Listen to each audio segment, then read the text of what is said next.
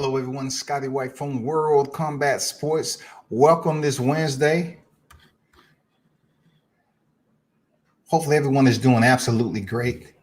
I know we're in a tough time right now, but that is the objective of World Combat Sports, to bring you the boxing and MMA media, combat sports in general, while we're going through this COVID-19 crisis. I'm going to start this off by, getting out the way, keep it short and brief, not too much, because part of my, get this out the way. Part of my talking points today is going to be on some of the other media that's taking place. We're still talking about the same fighters, about the same thing. So I want to start off by kind of, contradicting that a little bit. I just have to get it out the way because, it's out there. Tyson Fury, he speaks on Deontay Wilder. I'm not sure whether to take this man as being genuine, sincere, or disingenuous. You know what I'm saying? I'm just going to take it for what it's worth because he's good in front of the microphone. For those of you that's tuning in, though, be sure to hit that thumbs up button. Support World Combat Sports, boxing and MMA. You know what it is, all day, every day. And I appreciate your support. Salute. So Tyson Fury, he speaks on the situation that occurred February 22nd. And this wasn't like, Deontay, taking this to the media or whatever. He was in a sidebar conversation. He kind of made mention that his outfit weighed 40-some pounds, and it kind of, degraded the strength of his legs, or whatever the case may be. And, a lot of people was running with it, and some people was like criticizing it to the high ends, man. They was just vilifying the champ for even mentioning it, right? What's going on, Skip Crumpler, the box father in the building? I see you.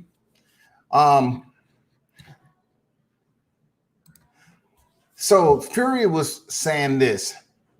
We all know he's the new, he's a new WBC champion. He's basically has bragging rights to holding all the belts right now. And you know what? I give Fury the credit in the world for being in that position to say that he's held the belts in the heavyweight division. He has. Regardless of him leaving the sport and coming back, he's been able to accomplish, being a fighter that has bragging rights to his history, to his resume, and everything else that goes along with it, with holding all the heavyweight straps. But this time, he was talking post-fight, and he was saying that Deontay Wilder was his easiest fight. He's saying Deontay Wilder, his legs might have been shot because he just didn't move right. He wasn't the man that I fought, 12 rounds with before in December 2018. He wasn't that guy, right? Then he goes on to say that Deontay Wilder was his easiest fight. His easiest fight. And since Tyson Fury came back, he's fought Sefa Safari first. Sefa Safari now, the one he picked up and rockabye baby in his arms, gave him a nice little wet soap opera kiss at the end of the fight. Yeah.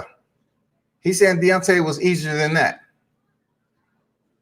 He was easier than Francisco Pianeta. He was easier than Tom Schwartz. And he was easier than Otto Wallen. Wallen did slice him up and then, tried to antagonize him by rubbing the gloves across it and everything else. But it's the fact the hardcore boxing fans know that Tyson Fury is a talker. He can be a bit garrulous at times. You know what I'm saying? He can be a mouthpiece. That's what he does. That's why they love having him sitting in front of the mic. He's that guy. He's a very loquacious type, motor mouth, as they call it back in the day.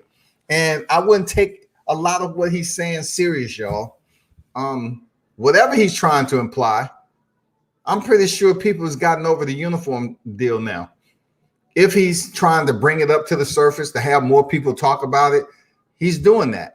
You have more people that's on the groups saying, oh, here we are coming up. But they can't say it's anybody in Deontay's camp, and they can't blame it on the media, the new media that's out here basically recycling it like it was immediately after the fight.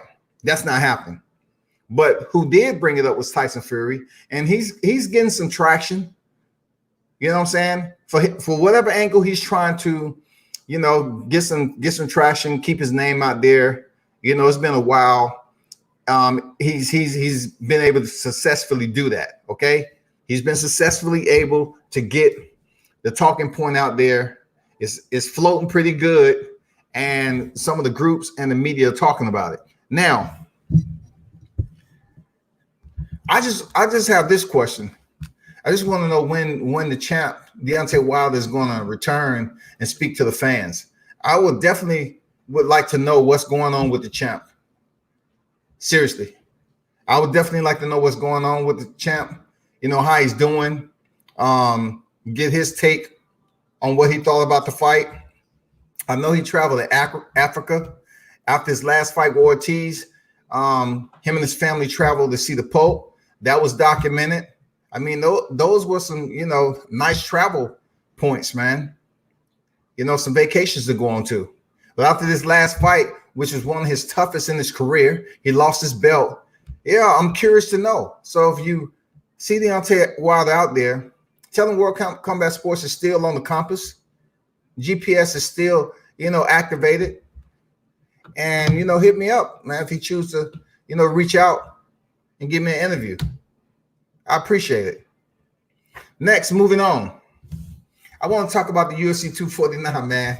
There's a lot of shit going on with Dana White, man. He's out here in the COVID-19 trying to basically buck the system. I'm talking about it's a system of death. Dana White, what he's doing is saying, I'm going against the grain. I'm being a rebeler. I'm being that guy with the ego. I'm doing whatever I choose to do because I got the money and you can't stop me. Now, when all this process was going on, being that I used to be out of California, I was real close to being a mixed martial arts announcer out there, right? And then I chose to do other things or whatever because they don't pay that much to begin with. But anyway, it would have been great to learn more about the fighters in the sport. But what I do know out there in California is how the Indian reservation is governed, how the Indians have a different code of law. That is period. That's real talk. And you know what? Without getting into the wickedness of it, you wouldn't believe how deep they code the law. Some Indians might crack you upside the head out in town. And you might feel some type of way about it when you're leaking out. Then you go down and find out that it's not too much is going to be done about it. I've seen some Indians get into it. Nothing happened over there. They live by a different law. So Governor Newsom, right? He has a stay in place. It's enacted. He pushed it, but it doesn't apply to the reservations. It doesn't apply for the reservation. I'm being absolutely serious, man. This UFC 249 may become cursed. The reason why I'm saying that, I wholeheartedly believe in how the Indians do business over there, their lifestyle and everything else. Don Dada, salute, man. Salute for dropping through. I appreciate it. He said, salute fam, World Combat Sports. Always love, man. Appreciate that. Skip Crummer say, I would like to know what's going on with Wilder also. Yeah, we all like to know, man. But you know how it is. You can ask respectfully and then hope, they care to respond. But I hope I'm the one to kind of figure this out and hear. I got my ears out here, and of course, they know the contact number. If that's the case, I'm on my own PR team. I'd definitely like to hear from the champ. So back to the UFC 49, man. I'm thinking as closer we get to the fight, it's the 8th right now. It's a lot more that's going to happen. I'm looking at it from a standpoint of having been around some Indians doing the military, have been on some reservations, actually dated a couple Indian females, right? And, seeing how the reservation and the Indians operate out there in California, whole different law. But I'm just saying right now, what if by chance the UFC 249 becomes cursed in itself for dealing with the Indians, going into the reservations? I don't care if they're going to the Tachi Palace and Casino over there in Lemoore, California. That's where the fight's supposed to happen, on that reservation, Lemoore, California, at the Tachi Palace and Casino, right? Dealing with Indians, you have to be careful because they have a whole nother spirit about them. So I'm trying to figure out if everybody, Dana's coming on that reservation as an opportunist, trying to prove a point.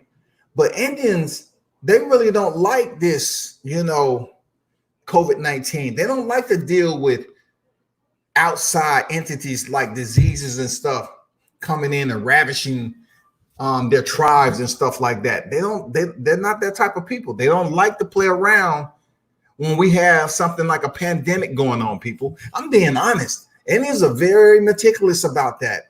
They they place a lot of scrutiny on it. I can't imagine what the table talks was like when Dana White stepped in there to speak to the chief to explain to him what he wanted to do. Because that Tachi Palace and Casino, it's been shut down since March 20th. Due to COVID-19, it's been shut down. But Governor Newsom's laws don't apply to the Indian reservations. So they don't have to use a stay in place if they're on the reservation. They don't. They can roam around as they see fit. And that's real. It ain't nobody coming on the reservation doing a damn thing. Now, this is what I have optimism about when it comes to Dana White trying to keep a card in such a bad time. How do the natives feel about what he's trying to do?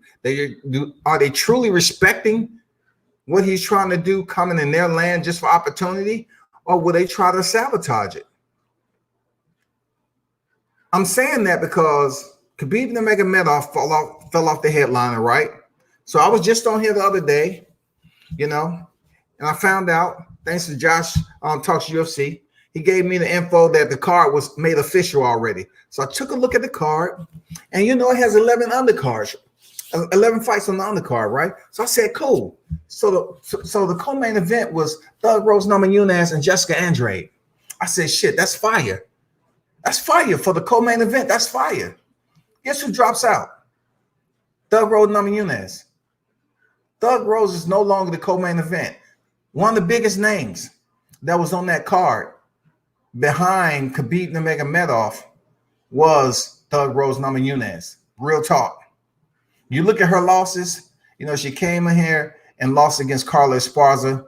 It was a second loss. She lost to Tisha Torres when they was Invicta, but she lost to Carla Esparza at the Ultimate Fighter finale. And then she goes back on a couple of fight win streak and fights Karolina Kowalski. Somehow she lost a decision. She's steadily improving, though. Rose steadily improving. So she went in there and subbed out Karate Hottie. What? We did not see that coming. She went in there and subbed out Karate Hottie, man. And I wasn't even expecting that with RNC. You look at that, life went out. Really, it was a good fight, too. And then immediately after that, she gets her title fight, and that's when she found individuals that a lot of people will probably say was from the depths of hell, and she worked right beside Lucifer himself, because Joanna Jędrzejczyk, before Thug Rose changed her life, she was a very mean-spirited individual. She was talking some very ominous, disrespectful obscenities. She really got deep into Rose's mental state, saying she was fragmented. She really wasn't ready for this fight game. Rose went in there and knocked out in the first round. Changed her life, right? So much to the point, the second fight, she came out to the cage with a little kid.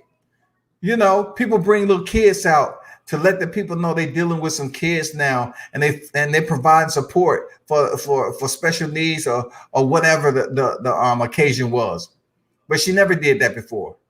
But leading up to the first fight, for Rose to challenge for Joanna's belt, it was real personal, and it was dirty, y'all. It was disrespectful. It was everything that you would say not to do to pump a fighter up even more when you're going in there in a championship fight. And that's exactly what Joanna did. Joanna stuck to her game plan. She trash talked her over and over. It was basically Ricardo Mayorga trash talk. It was I would say Tony Harris and Jamel Charlo trash talk. It was Lennox Lewis and Hasim Rahman. It was it was just deep. She had all the knives out. You would have called her Wolverine at the time. She was trying to slice Thug Rose up any way she possibly can to the lead up. And Thug Rose went and knocked her ass out in the first round. But now she's out of the main event, man. I'm saying to myself, God damn, that is a sign, if anything. Hear me out. You don't just go messing with the Indians and think all the natives, rather, are going to agree with what you're doing. Don't matter if they're getting money or not. The Indians get money anyway. The natives get money anyway, man. They have it well. They're going to get money regardless. You want to talk about a system, an economic system? Man, check out what the natives get, the benefits that they get. Ask them, are they struggling during this COVID-19? The ones that's on the reservation. Ask them that. But man, Thug Rose Namajunas out of the card. So I'm now curious to see who else is going to have a backup.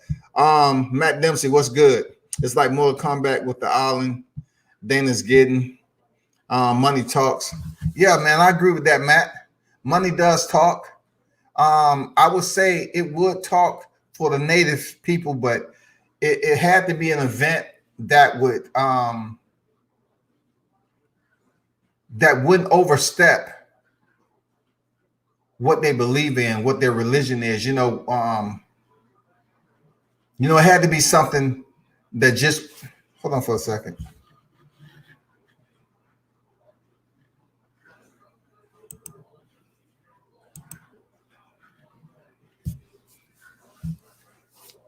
It had to be something that wouldn't bring the wrong message to their reservation. You know what I'm saying? And what I'm saying about that, dealing with the UFC, Dana will probably come out there with all these ideas and everything.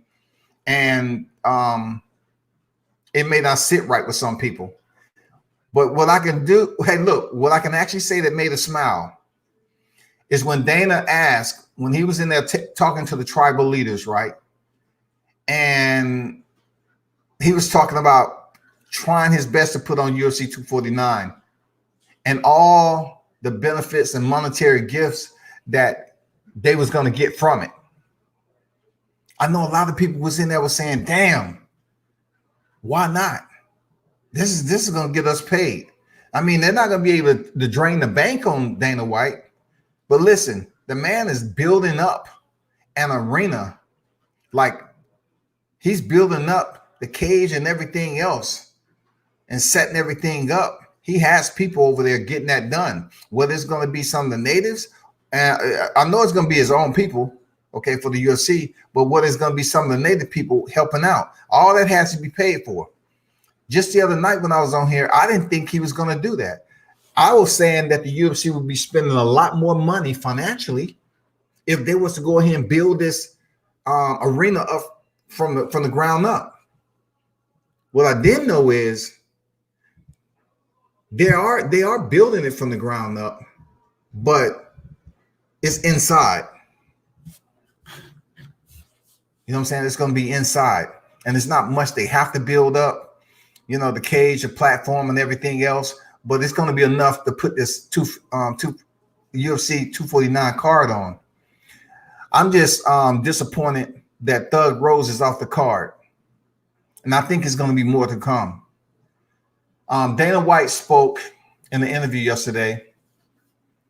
And he was basically giving off the sign that this is going to be the place until COVID-19 lifts. This is going to be the spot where the cards are going to be thrown. No ifs, ands, or buts about it. It's not going to be nowhere else. This Look, this reservation is about to get paid. This reservation is about to see more activity. And Dana White didn't really want to disclose the location because he didn't want people showing up there. But listen, I told y'all after that, I said, give it the time, give it a little bit of time, and people will start to figure it out. I'm trying to find out how much or how many media is going to be allowed, because Dana said he's going to let a certain amount of media there. I'm still trying to check with some people about the media aspect of it, because if I can go to that card, I'm going to go to the card. You can best believe that. I'm going to go to the card. I can get there just fine. I can get to the card. I want to see. I want to be able to go to a card where there's nobody in there, so I can just chill and won't have to worry about too much. So I'm still working on that. But Thug Rose Namajunas, Khabib Nurmagomedov is off the cards. Khabib was supposed to be the main event with Tony Ferguson, and those Thug Rose Namajunas was supposed to face a rematch with Jessica Andrade. Now, what sucks, now they're going to have to find somehow, some way to move up. And let me mention this to you. Thug Rose Namajunas, there's nothing disclosed right now about Thug Rose Namajunas on why exactly she pulled out. You know? I mean, I can only imagine with Thug Rose Namajunas, man. It's many things that could have happened with her pulling out that fight. She does have those areas that she go into mentally. And, you know, with Pat Barry, you know, I'm pretty sure they sit down with their counselor and they talk about this shit. I wouldn't blame her. If she don't feel comfortable, whatever the case, or she might have got injured, I don't know. But I really hope she get it together.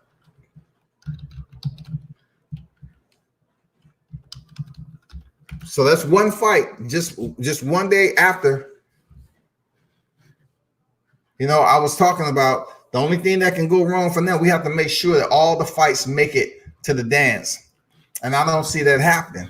That's two huge names that's dropped off this card already.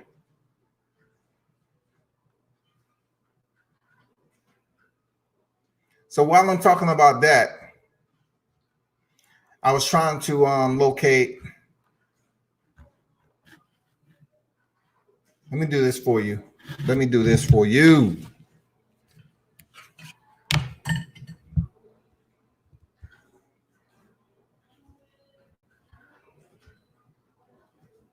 So my people, let's talk about this UFC 249 card again.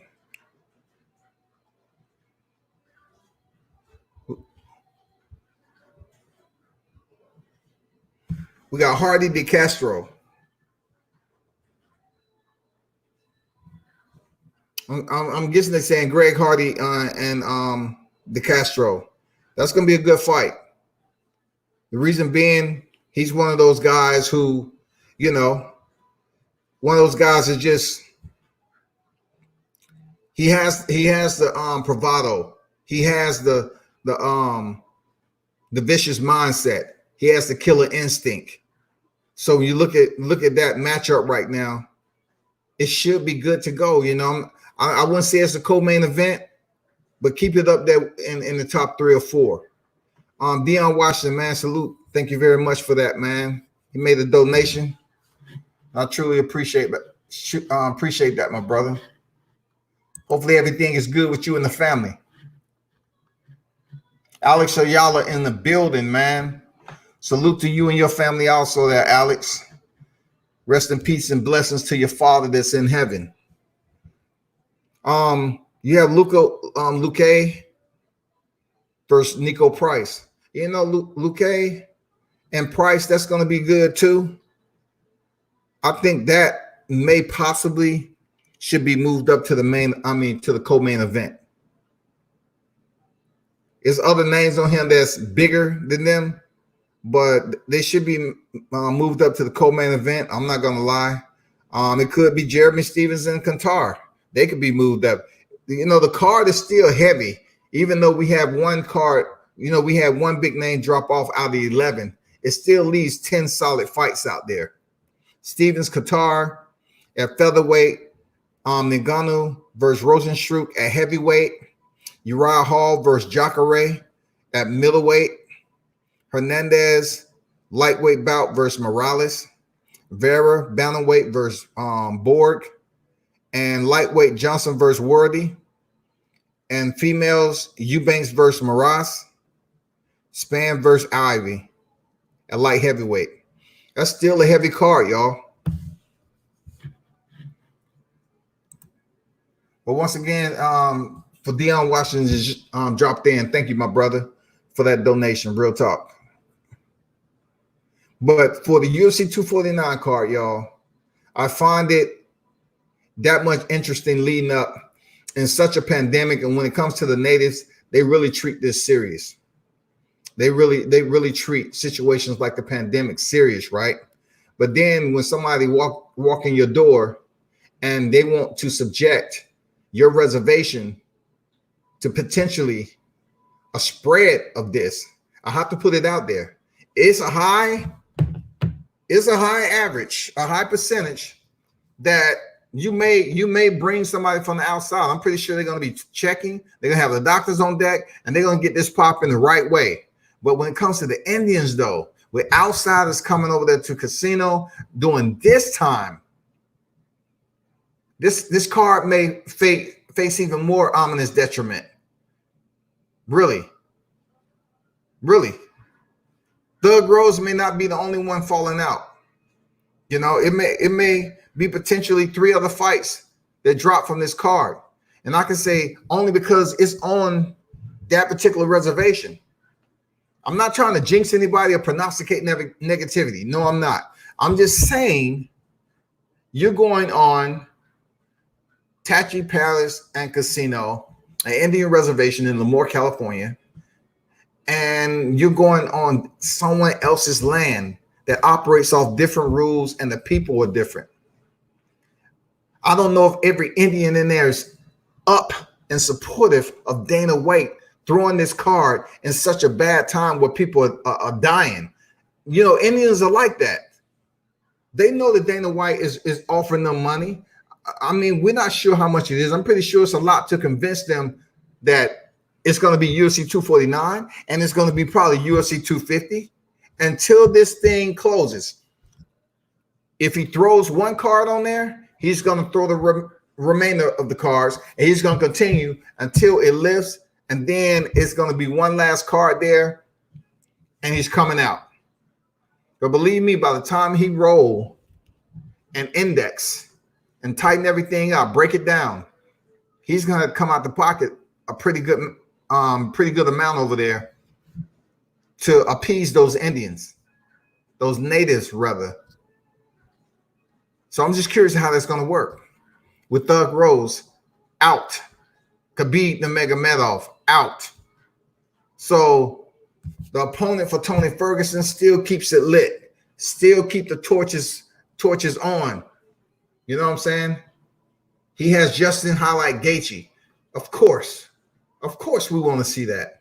And then now for Jessica Andrade, who do we want to see even step up to fight her that's in her weight class and ready? Who? I mean, who is a big name to step in and do that that's in shape? I'm about to take a little peek right quick because it can't be Joanna. She just fought a hard fight against Wally Zhang. Her forehead probably still hasn't healed yet.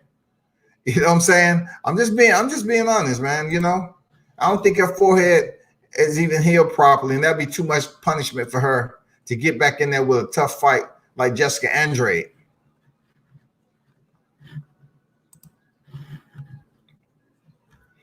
So for the women's strawweight division,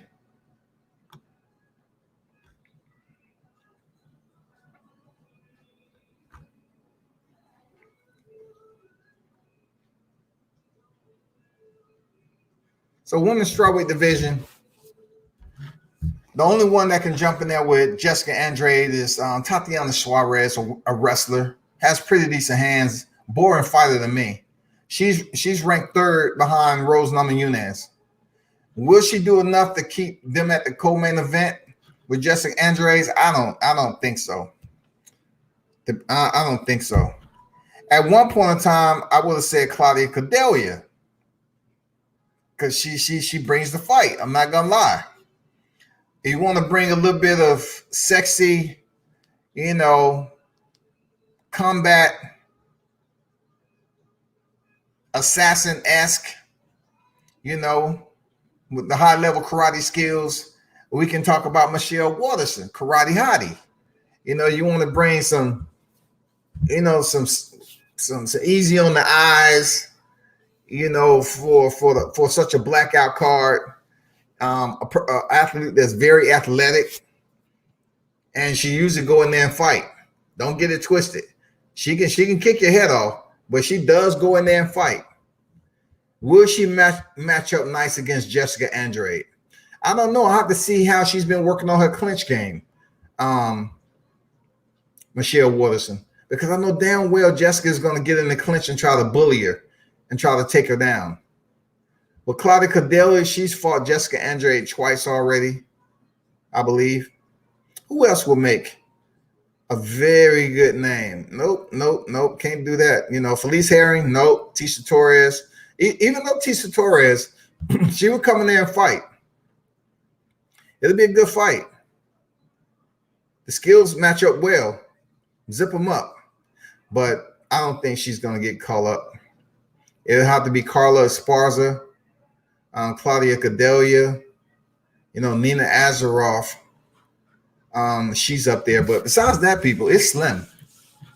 It's slim. I'm not even gonna lie. I'm not gonna try to come up with some damn placated moment to appease you to pay for that fight. But don't be surprised, you all, that this UFC 249 take hit. I do believe there's some people out there to support Dana White, and I believe there's some people out there that just want to teach him a lesson. They want to teach him a lesson, people, because it's a lot of struggling that's going on. It's a lot of death. It's a lot of carnage. This is an ominous time in 2020, man, and it's bad. Just like in New York, Georgia.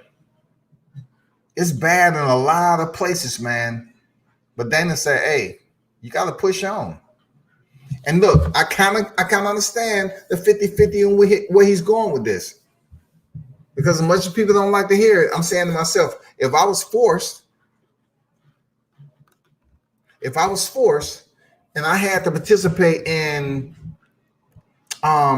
patrolling or being a part of a triage, something military orientated, and I didn't have a choice, people, I would do it, no problem. I wouldn't have no hesitation, because that's what we sign up for. If we go into a situation that's detrimental to our health and we may not make it out, that's the mindset we have, to go in there and get it done. If we make it out and we fucked up, that's what we take. That's what we take, people. Seriously. So Dana White's mentality is he has the money. It's not going to be that bad where we at. I'm going to make sure everybody's, housed correctly. I'm going to make sure they checked up. I'm going to make sure doctors on site. I'm going to make sure the rotation is the timeline is punctual to go visit these fighters, make sure they're doing well. Dana White is basically saying they will have everybody on deck to assure, without no shadow of a doubt, that this lineup of fighters will be well taken care of. Dana needs to understand he needs to have, not even to mention the EMTs, he needs to have a triage center. He's going to have qualified doctors on deck. He's going to have a separate location on if anyone in there becomes affected with the virus, they will have to be immediately quarantined somewhere in that area. Immediately. It's going to have to happen. The commissions and everybody else is going to have to try to have their agreement together on how they should handle it.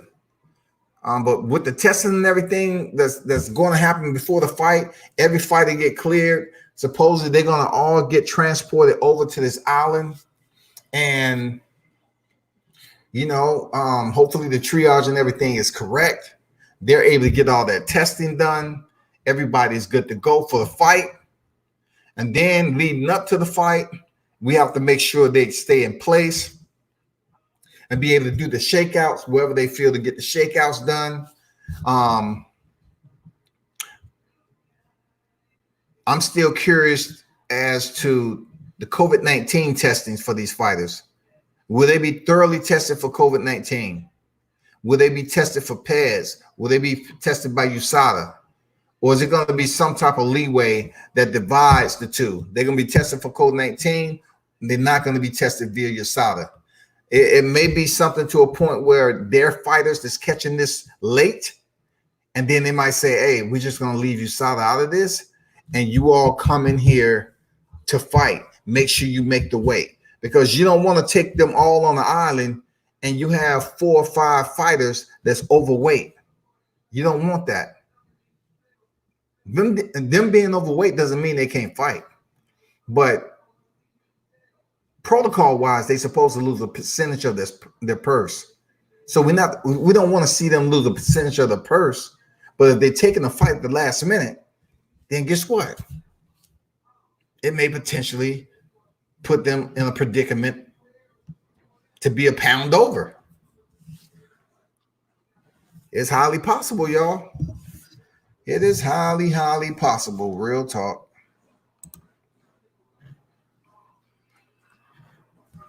Man, shout out to Dion Nicholson, man, the equalizer.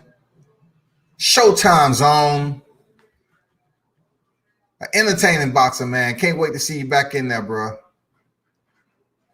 And that's another fighter, man. Dion Nicholson. Shout out to him and his family.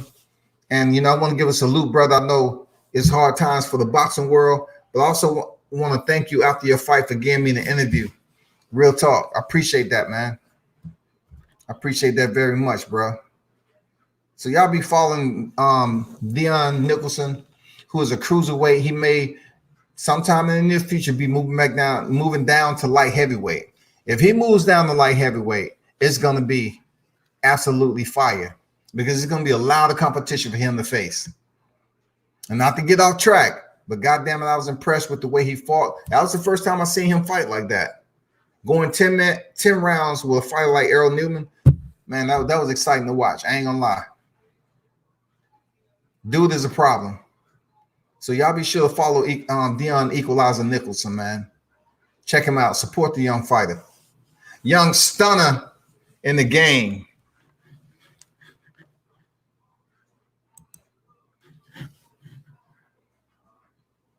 Hey, and tell the team I said what's up there in Alabama, man. I appreciate it.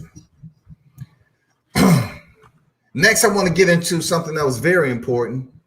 And a lot of you may not take it as serious. I'm going to tell you what I would have done in this situation. And I'm not blinking about it either. Anthony Smith was at home and he sleep, with his wife. Of course, his kid is in the house. And Anthony Smith is the same fighter who's in the UFC, out the UFC, and came back, worked himself up for a fight with John Jones, went in there and fought for 5 rounds, took an illegal knee, and he was able, he didn't punk out. That's why I got mad respect for him, because Anthony Smith, to claim his legacy, to put it in his freaking, his satchel, his mixed martial arts satchel for his legacy, he could have very well not gotten up from that illegal knee from John Jones and say, I'm freaking light heavyweight champion. So John Jones would have been DQ'd twice, one by Matt Hamill, one by Anthony Smith.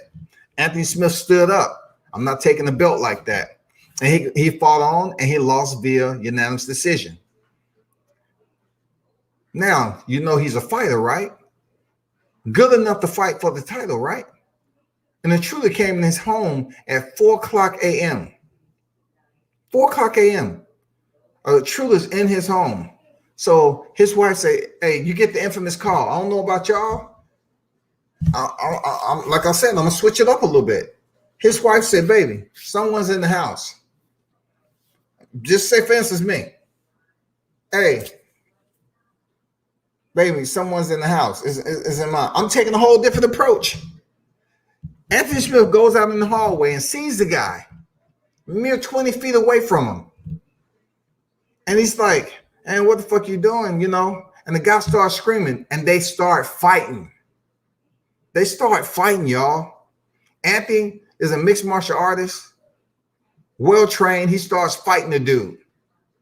I mean, he's going at it. And look, Anthony Smith, after it was all said and done, he's saying he was hitting this dude with everything. He was hitting him with punches, elbows, kicks. He took him down to the ground. And he said the guy was taking his punishment. He still wasn't knocked out. He could knock a home intruder out. I'm glad he was able to get in there. His wife took the kids to another room. I'm glad he was able to get in there and do what he thought was best to fight this intruder. You know what I'm saying? To basically fight him as a professional, elite mixed martial artist. But his point of bewilderness was he could knock this dude out. So he tended to think the dude was high on something because he went to some neighbor's house up the street. He went into their house and got chased out, and then went in somebody else's garage, ran out, and then just so happened, you know, Anthony Smith, they live in this affluent neighborhood where you can leave your garage open and the front door open. Not I, said the cat. Hell no, that ain't happening. But they found out how affluency is now being affected by anyone that choose to invade your comfort zone. And this guy went up through Anthony Smith's garage, went into his house easily, and it could have been bad. And he went out there and fight this guy, and he roughed him up pretty good. But he's saying the guy was kind of weird because, you know, at the end, he was kind of saying he was sorry one minute, and then the next, he was feeling like, you know, he was in a rage or something like that.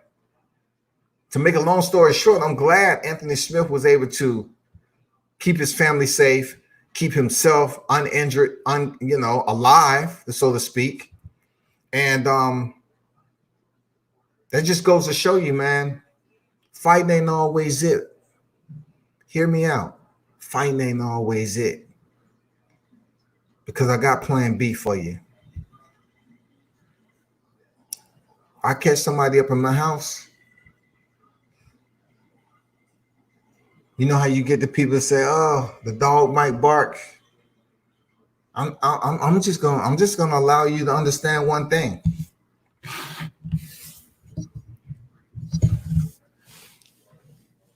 When you see those muzzle flashes, that's the only snapshot you're getting. I'm not sitting up here trying to basically mediate with you. I'm not trying to help us both find our cool point and our zen. I find you up in my house. I'm lighting up them midgets. Yeah, I'm gonna let them midgets talk. And they got good cardio too. I'm just keeping it 100.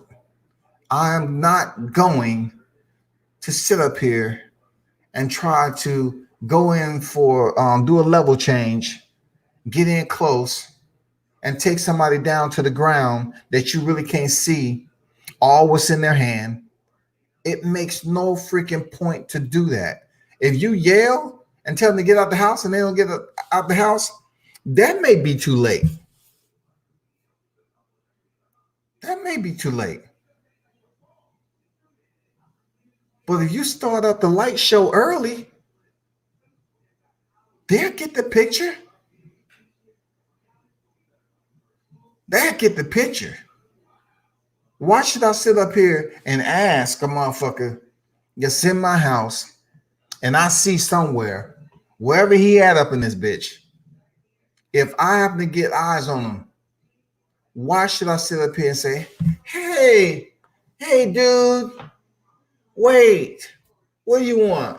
You want a banana? You want me to cook you some food? What do you want? Oh, what's that silver thing in your hand? Is it a weapon? Oh, now, come on. We're in a pandemic. John Olson just said the other day, harm not those who harming themselves. That goes for you. I'm not going to sit up there and talk to these people. I'm not going to sit up here and try to figure out anything about them. It's just going to become the 4th of July up in this bitch. Period. That's all I'm going to say. We're not trying to find no battleship study. We're not about to sit down and talk about what we have in common. I got a son to protect. He already knows the drill. And if I can't make it, he damn well gonna be wounded one way or the other. It's not gonna be no ifs, ands, and buts about it. Because the one thing I like, you get on him the video with glasses on and everything, and people like, oh man, he a square, he a lame, he was in the military. We don't want to do that. Okay, I'm glad. Just keeps that silent. And shout out to Anthony Smith. Shout out to Anthony Smith, man. I'm glad we didn't read about a tragedy with him. Real talk. But I hope his mindset isn't to the fact that I couldn't knock a guy out. There's more than one ways to knock him out, Anthony. If you using your hands, I think that's kind of sound like that jock, that jockhead approach. Like, I know you're in an elite fight and you want to say, oh, let me go up there. And the first thing you do, you go in for a takedown on this dude. What if he would have had a knife and stabbed you in the back? That's the last thing you would do. You should have did. You would, if you was gonna go and do anything close distance, you should have just probably landed a kick and pushed him back and try to grab a bat or grab something to subdue him. Not get in close and wrestle with this dude. That's how people get killed all the time, man. Especially if you don't know and you can't see what they didn't have. Just so happened that the dude didn't have a gun. But who runs up in the house with no gun? Look, I'm going to tell you like this, not where I stay at. Not down here. People ain't running up in no damn house. Look, we ain't living in freaking $500,000 to $1 million homes, leaving the garage and the door open. We ain't doing that. We in the South. You make entry, your life change. Period. If you're able to get in here and get out, cool for you. But if you make contact with anybody down here, especially where I'm at, there's no greetings going to happen. And I'm being absolutely honest with you. L-File Player, what's good, man? Josh Talks UFC. I'm currently praying for the UFC. And Anthony Smith is a warrior for defending his family like that. And he still wants to fight in 2 weeks. What a guy and a legend. He is, man. Any man who stands up there and hand fights a dude with his wife there, that is a warrior, man. And that's what every person in that particular situation would like to do. I'm being absolutely genuine and honest about that. Like, it looks good and everything for your wife to see you go ahead and beat up an intruder. It's cool.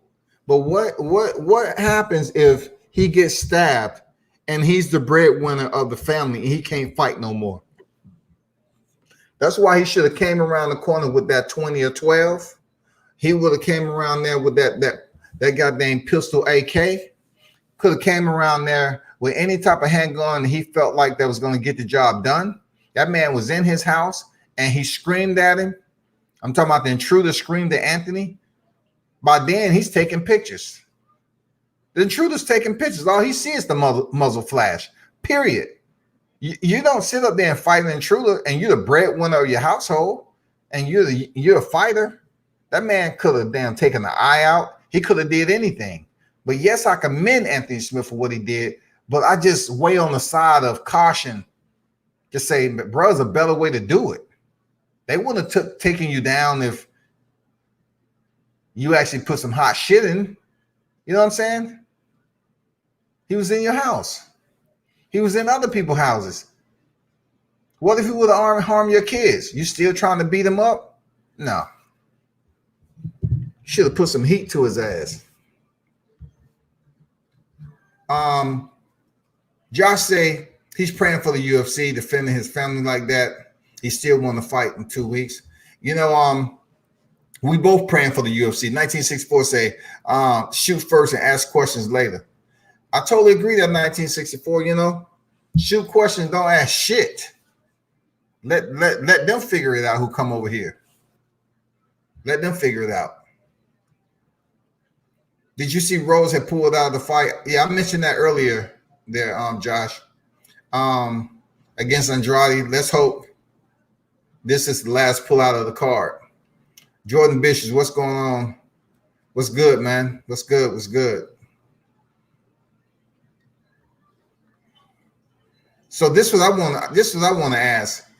Who should be the next opponent that's worthy enough to step in there with Jessica Andrade to save this co-main event? Or will they move Ngannou up there with Rosenstruck? Because right now, Jessica Andrade, they can't be the co-main event still without Rose.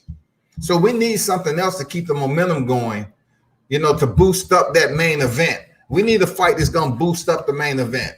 So either it has to be Uriah Hall and Jacare, or I would say Ngannou and Rosenstruck. I will have to make those two choices. We need somebody with some fire. We need somebody with some intensity who's gonna light the place up. That you say, damn, this is gonna be nice. I can't pick Nico Price. I can't do it. I can't put Greg Hardy in there. I can't do it. Not as a co-main event in a blackout. I can't do it. We need somebody up there that's been on the big stage already. And that only fight that I see out there is Ngannou and Rosenstruck. I know Jeremy Heaton Stevens is on there, but he was stopped. That last fight, nah. It has to be Francis Ngannou, real talk. Mr. Shelton, what's good, man? Salute, thanks for dropping in.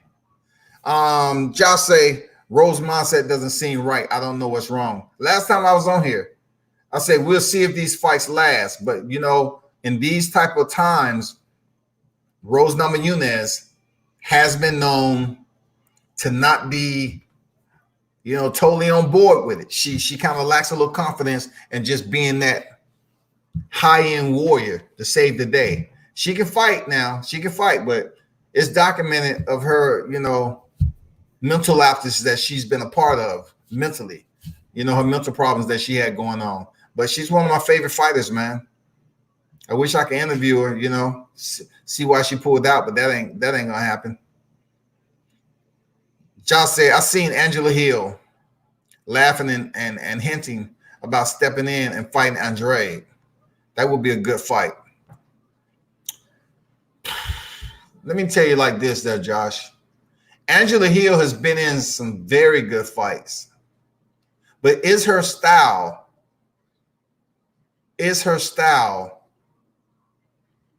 enough for a tough fighter like Jessica Andrade? Is she strong enough and has the hips not to get taken down early? Because Angela has pretty good hands. Now, Angela, she'll stand up and strike with Andrade, but I don't think it's a good idea. I think Andrade would knock her out potentially in the second round. I'm not sure, but is she a good matchup stylistically for that blackout card? Yes. Yes, I would say that. Is it good for her to try to come in here and pick up a win against Jessica Andrade? No. I'm thinking she clinches, she takes her down, she does some damage from top position. Angela's not an easy opposition to sub. So I can't say Jessica's going to sub her out, anything like that real quick. But I do think she'll land some damage from the top position. Angela, she'll have to, if she is going to stay on her feet, she'll definitely have to keep her space real nice, like Joanna Jędrzejczyk loves to do. She will have to keep that distance, land her shots, land some kicks, and just try to be the more active fighter. If she's willing to put forth, put away some rounds, she have to be the more active fighter against Jessica Andrade. Andrade is a powerhouse, man. She's a little Brazilian Tyson. Seriously, that's Jessica Andrade, man. And, a lot of people are going to say Wiley Jane, she's the miniature Tyson. But I don't know, man. I got to still give it to Jessica Andrade, man. She's a little Tyson-esque to me. But let's see what happened. Josh say, either way, Ngannou should probably be the co-main, even if he shouldn't be on the prelims.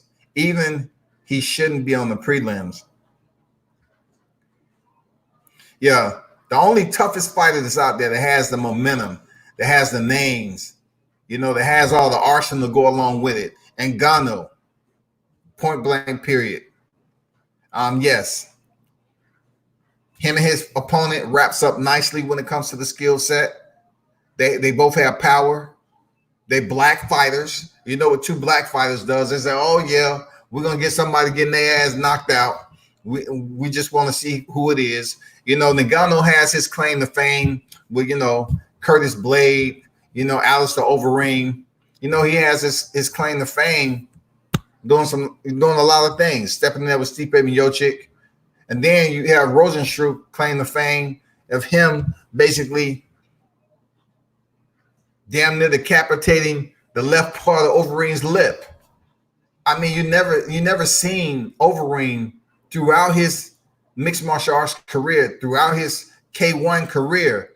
I don't think I ever seen him split open like that on his top lip.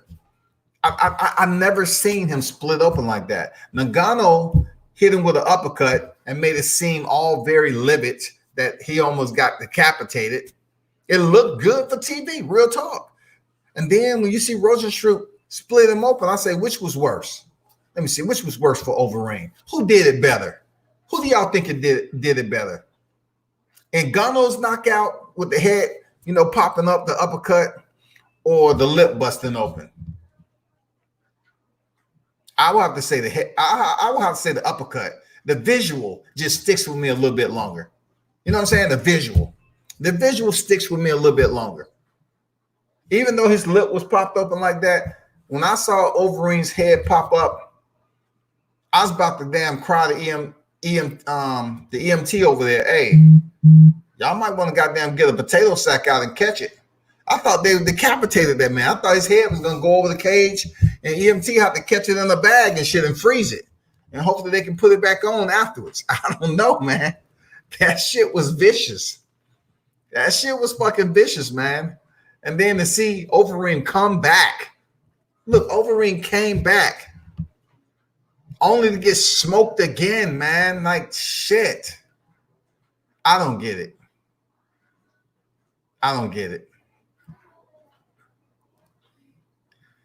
Just say, what's your thoughts on Dana White Island? Can't wait. Well, they're going to be on the Tachi Palace and Palace and Casinos, right? That's the name of it, Tachi Casinos and Palace. And it's in Lemoore, California, by the Sequoia Mountains and all that. So him going out there on the reservation, like I mentioned earlier, I don't blame him as long as it's respect out there and he don't sit up there and disrupt what they have going on out there, because them native people will fuck you up. Seriously. A lot of people don't hear about the natives. They get a lot of benefits we don't get, people. Like, we're staying in the house right now. The natives get extra pay not working. The natives get these money. When they get a certain age or something, they get this crazy amount of stipend a month. I mean, when I talk about this, ain't no stimulus check.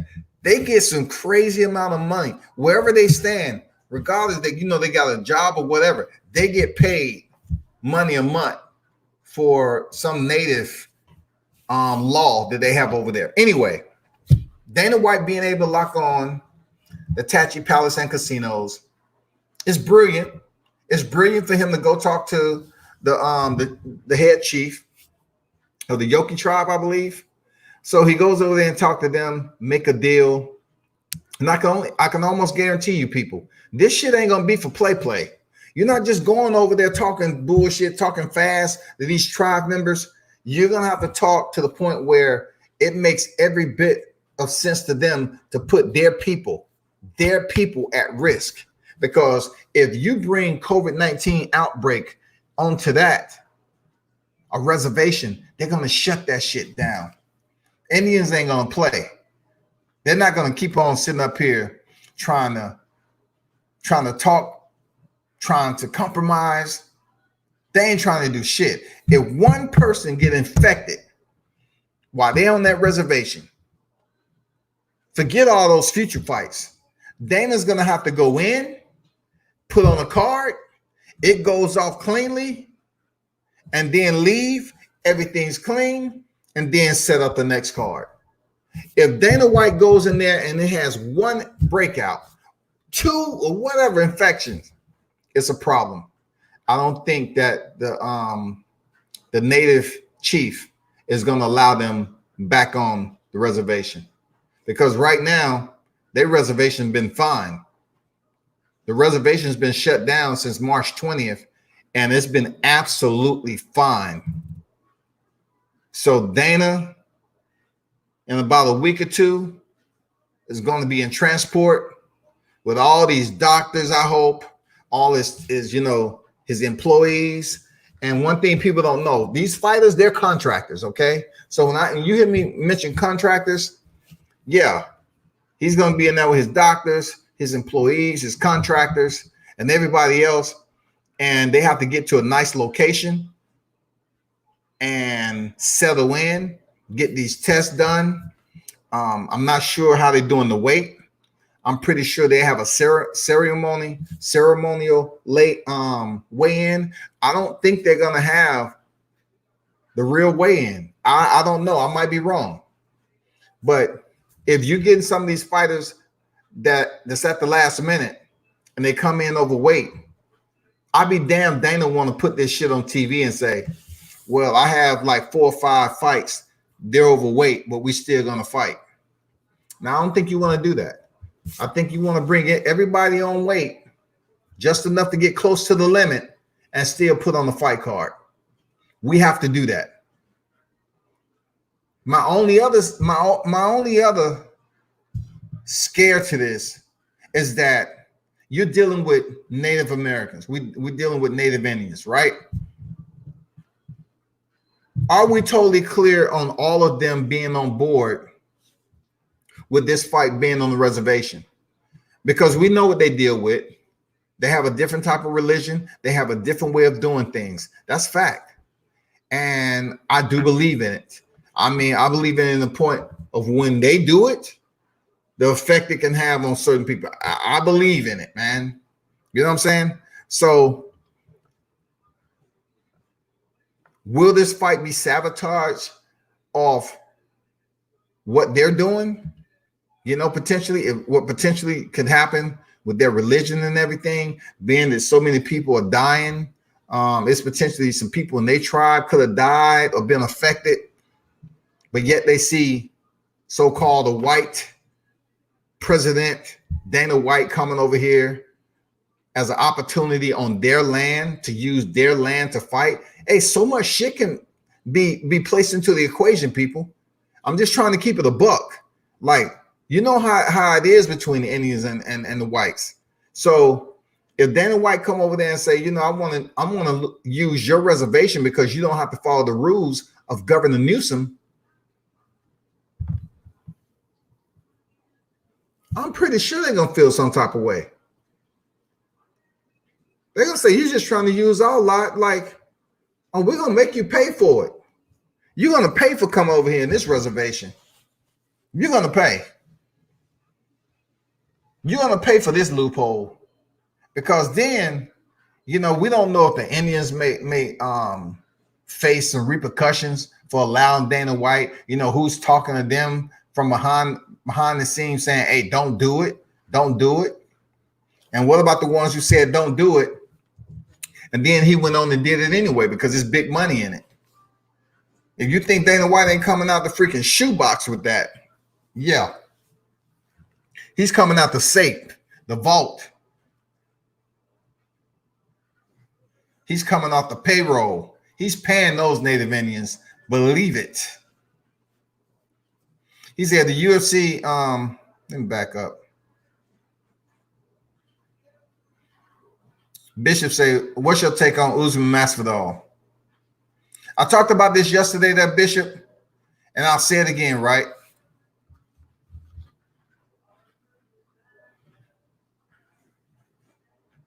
And I'll say this. Masvidal, in my opinion, for those who watching, I believe he's one of the most boringest champions in the UFC right now. And on top of that, to caveat, he's one of the most boringest fighters to me. I know he can wrestle, and he showed that he had pretty decent hands against Colby Covington. I get it. But as far as him promoting the fight, as far as his personality being UA, as in the Army, they say AWOL, he doesn't have a personality to promote a big fight. So that's why we're not really looking forward to Usman stepping in there with a fighter like Jorge Masvidal. Because Jorge Masvidal, he can sort of kind of promote a fight. You know what I'm saying? To match the promo up. Fight for fight, skill for skill. I'm just curious if Jorge Masvidal is going to be able to handle the wrestling that we've seen against Tyron Woodley with Kamaru Usman. That's what I'm curious about. I do believe hands for hands, I have to give the edge to Jorge Masvidal. Wrestling, hands down, I got to give to Kamaru Usman. Now, Cage IQ,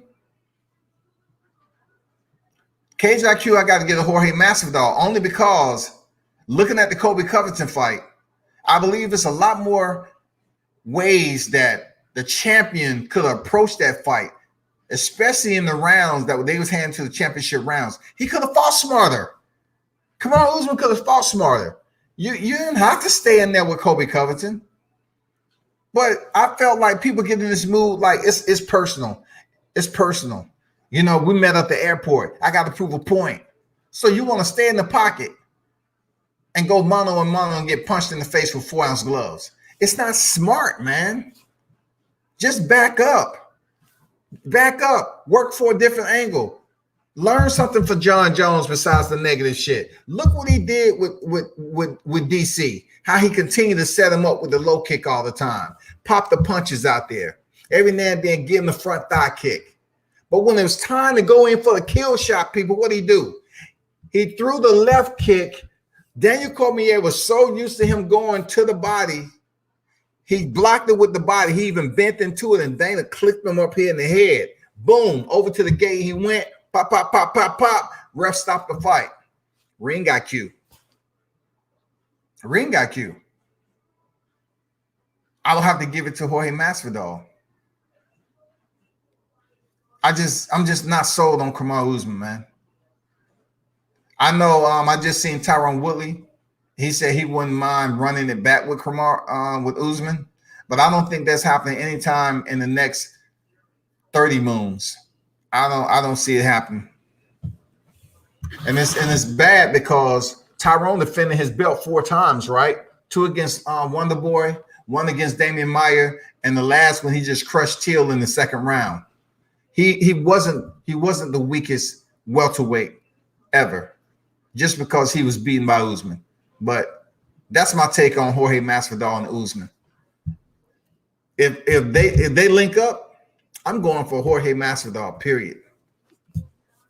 Will Jorge Masvidal hold a belt for a long time? I don't think so, man. It's hard to say with him. It's hard to say with him. You just can't give him this full pledge. He's the numero top tier pound for pound fighter in the UFC because he was able to predict. He's able to land a predictable shot on a guy that's extremely predictable. You know what I'm saying? Ben Askren, extremely predictable dude. He bends over, reaches out, try to change levels, and brace for the takedown so he can start to out wrestle. That's freaking Ben Askren. And you know what? Jorge them exploited his predictability and landed that knee, and the rest is 5-second history. If a UFC fighter gets infected, I don't think they get to fight for a couple of months. Let's hope Dana White get that island, get some fighters to get to this island, and we'll be good. I mean, what they're setting up in there is all the accommodations. All right. You know, it's going to be inside the casino. So the accommodations will be special rooms. Man, they're going to have to freaking cater to the UFC. And I'm pretty with the money, they're going to have to cater to the UFC. Real talk. They have to make sure everybody else is accommodated, not for their comfort, but I'm talking about for their health. They have to make sure the food is taken care of properly. They have to make sure they maintain social distancing.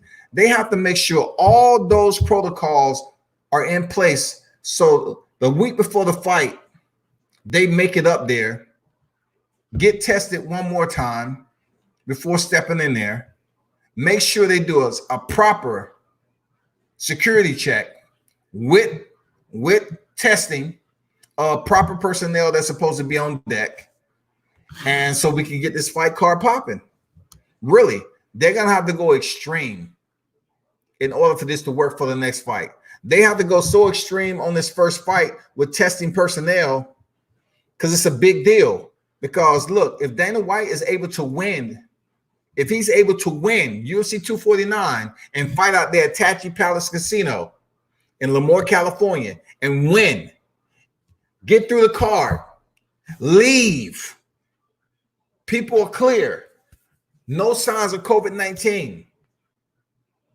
Then the next fight card he put on, people are really going to be trying to jump on it. People, I mean, this fight card was pretty stacked. The next fight card is going to be stacked. Oh, yeah. And you know who's going to be wanting to jump on there, y'all. You know who's going to be wanting to jump on that card. It's going to be Conor McGregor. Guarantee it. It's going to be Conor McGregor, y'all. Conor McGregor is going to try to jump on that card. And you know what? I can't put it past Dana, but wouldn't it be a great card during blackout for people to tune in PPV if Conor McGregor fought Khabib Nurmagomedov again in a rematch? Yes. He allowed him to fight Nate Diaz in a rematch at 170, right? Tony Ferguson, he goes in here and fight. It's been 5 times, Tony Ferguson. Maybe it wasn't meant for you to fight Khabib. This fight card goes off. Next main event, possibly freaking Conor McGregor and Khabib. Who else can make that shit happen? Who else? John Jones can't. You know, I don't think he's in good training right now. John Jones can't. Who else would be a big name that we would really want to see headline a card that's just vicious? Unless it's going to be somehow, some way, Jorge Masvidal, Kamaru Usman, you know, they can headline a card. We need some vicious players, though. We need some heavy hitters. We need Stipe Miocic to come back. If Stipe Miocic and Daniel Cormier, they can get on that card. Cool. We'll take them. You know what I mean? We'll take it. We'll take it. We need some heavy hitters on these cards. Jose Aldo. Henry Cejudo. If Jose Aldo can't do it, find somebody else. I know Frankie the Answer Edgar say, if Jose can't do it, cool, I'll step in. You might not be able to bend the knee, but I'm going to put a foot in your ass. That's what I want to see, man. Who's some other fights, man? Marlon Moraes. I wouldn't mind seeing him fight again. Seriously. You know, you got Cody Garbrandt trying to make a comeback. Cody Garbrandt's talking about dropping down to flyweight. Cody Garbrandt moving from bantamweight to flyweight. Can he make a statement? Look, can Cody Garbrandt even come close to fighting the guy who just fought Joseph Benavidez? I forgot his name. He's a heavy puncher, though. He came in overweight, so he couldn't get the title. Why don't they have Kobe and that guy? Because Benavidez just was stopped again when he got cut. Put somebody fresh in there and let Benavidez get the winner of that. Let that pop off that way, you know? Put Charles Oliveira back in there. We'd like to see Charles Oliveira. You know what I'm saying? I don't know how long he had a training camp, how worn down he is, but I like to see him back in there though. That's real talk. And then of course Izzy, the style bender.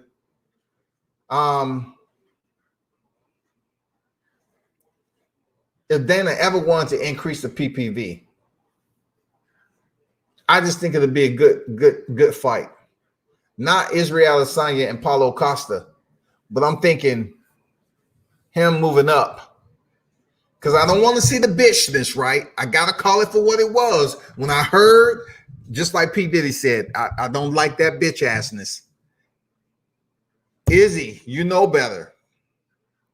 When I wanted to hear him talk about John Jones, I say, it was only one direction I wanted this to go. I wanted Israel Adesanya to say, John Jones, I will meet you at 205. You know this cat started talking about, well, John Jones need me more than I need him. What? You trying to say John Jones needs you? Have you looked at his resume, homeboy? We ain't talking about Marvin Vinatieri. We ain't talking about Brad Tavares, homie. What are you talking about? What are you talking about, Israel? What the heck are you talking about, dude? Somebody help me figure it out. You fought Kevin Gastelum for the interim and stepped in there and beat Robert Whittaker, right?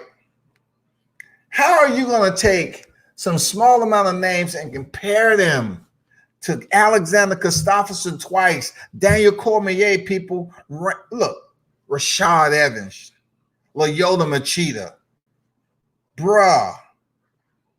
Come on, Stephen Bonner. JDS. Thiago Santos, Dominic Reyes. Are you losing your goddamn mind, son? The resume John Jones has is unfreaking believable. Daniel Cormier twice, Rampage Jackson, and you're talking about John Jones needs you? Look, Izzy, you need to move up to 205 if you're going to face John Jones for a super fight. That would be indeed a super fight. John ain't moving down to 185, bro. I don't know why you even speaking on it. You should know better than that. You know, your freaking education, your mannerisms in this freaking thesis, this combat thesis that you in right now, you should be much more astute than that. You should be a star student, which you are, but yet you're acting like you want to just stop at a freaking undergrad or a master's degree. Man, John Jones is a doctor when it comes to the mixed martial arts. His resume is much more integrated as Hall of Fame than yours is. And even though you was able to do it in a short period of time, make it to the top and defeat Robert Whittaker, your resume doesn't even touch or scratch the surface of John Jones, regardless of how much he gets in trouble. If John Jones would have never, first of all, lost the fight with Anthony Johnson, okay, for that hit and run, he would have had Anthony Johnson on his belt. And then the fact that, the situation happened with him and DC hurting his foot, and then he ended up fighting OSP. He even has OSP on his record over St. Preux. Then turn around and fight Daniel Cormier, beat him, come back. What happened? They end up fighting again. He beat him with a head kick, but tested positive from picograms afterwards. But what I'm trying to say, the resume of John Jones, I don't think Izzy Adesanya, you have enough competition in your weight class to compare to who he's fought. So if Dana White wanted to schedule one of the biggest fights on this blackout, it would be good for Izzy just to say, you know what? I've been the middleweight champ. This is not going to affect me any. Let me go up there and try to set up a fight with me and John Jones. That shit would be fire. An inferno. That shit would be a hailstorm.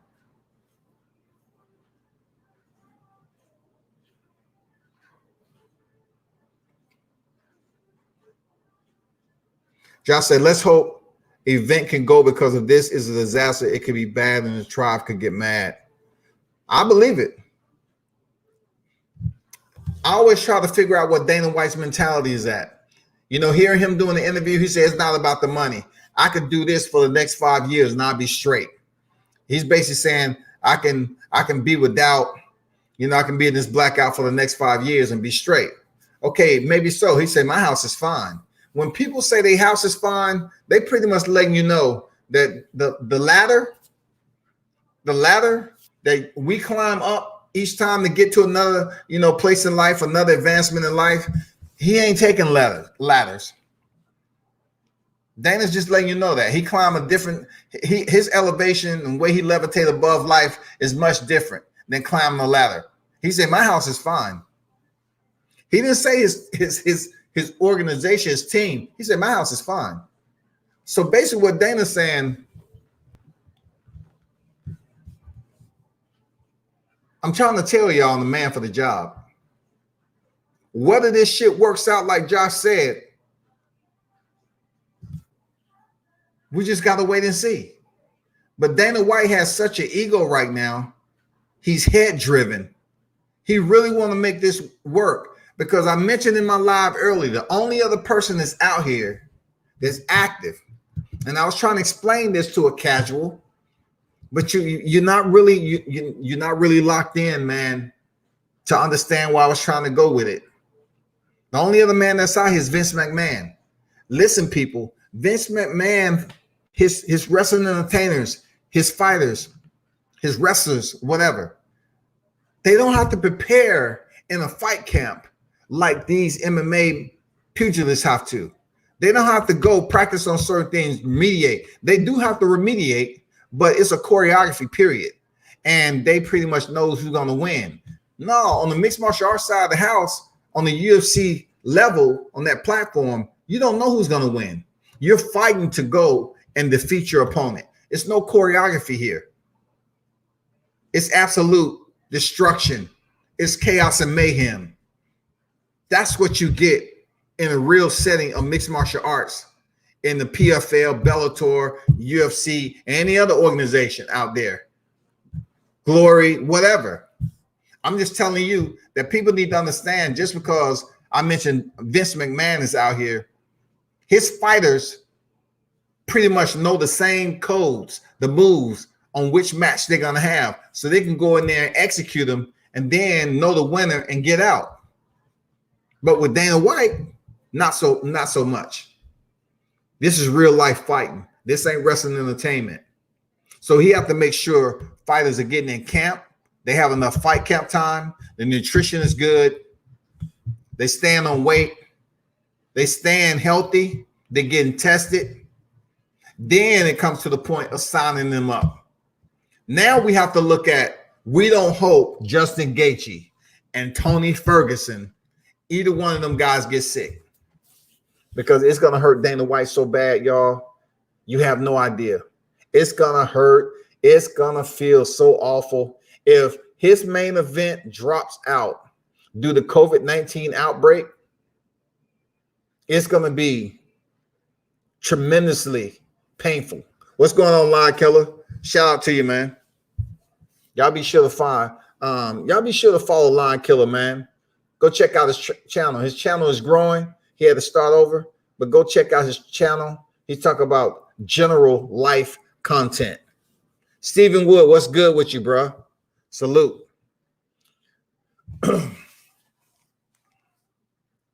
Bishop say, your list for the world-class champions in the UFC. I'm not sure what you're talking about, Bishop. In what weight class? Male or female? Raphael Smith, what's good, my brother? What's good? What's good? Dundada said, what is the best fight left on the card? Well, you have the headliner, which is Tony Ferguson and Justin Gaethje. Justin Gaethje, I've always been a fan of Justin Gaethje when he was fighting over in World Series of Fighting. He was a lightweight champion over there, and dude was goddamn entertaining. Between him and Eddie Alvarez, I don't know who has the best off the top of the cage, no hand layout. Seriously, that's one of his patented moves. But when they said they was getting Justin Gaethje to fight, I said, cool, this is the dude. This is the guy that we want to see in there against another mercenary like freaking Tony Ferguson. Seriously, Tony Ferguson is a dude. He's a predator, man. He's a mercenary. He doesn't care if he's drenched in blood. He probably is more energized when he starts to see blood anyway. And the same can go to Justin Gaethje. Man, Justin Gaethje just has this full-blown, this fully automatic, pull the clip, grenade type lifestyle. You're going to get explosion out of Justin Gaethje. You're going to get the combinations to get on the inside. He's going to chop you down with his kicks. He doesn't look like a fighter who has those powerful kicks, but Justin Gaethje has some very surgical, lethal kicks. When you see Jose Aldo throw his kicks, he have great distance and extension on his kicks, and it make you say, God damn, Jose Aldo is just like, what the fuck is going on? And then you look at someone like Edson Barboza. He's a spinning technician a little bit. You know what I'm saying? And then what was the other guy that we seen that had the brutal kicks? I gotta mention my boy, the Phenom, Douglas Lima. He's a Bellator fighter. Shout out to Douglas Lima. He has some of the most belligerent kicks that you would see in mixed martial arts. Period.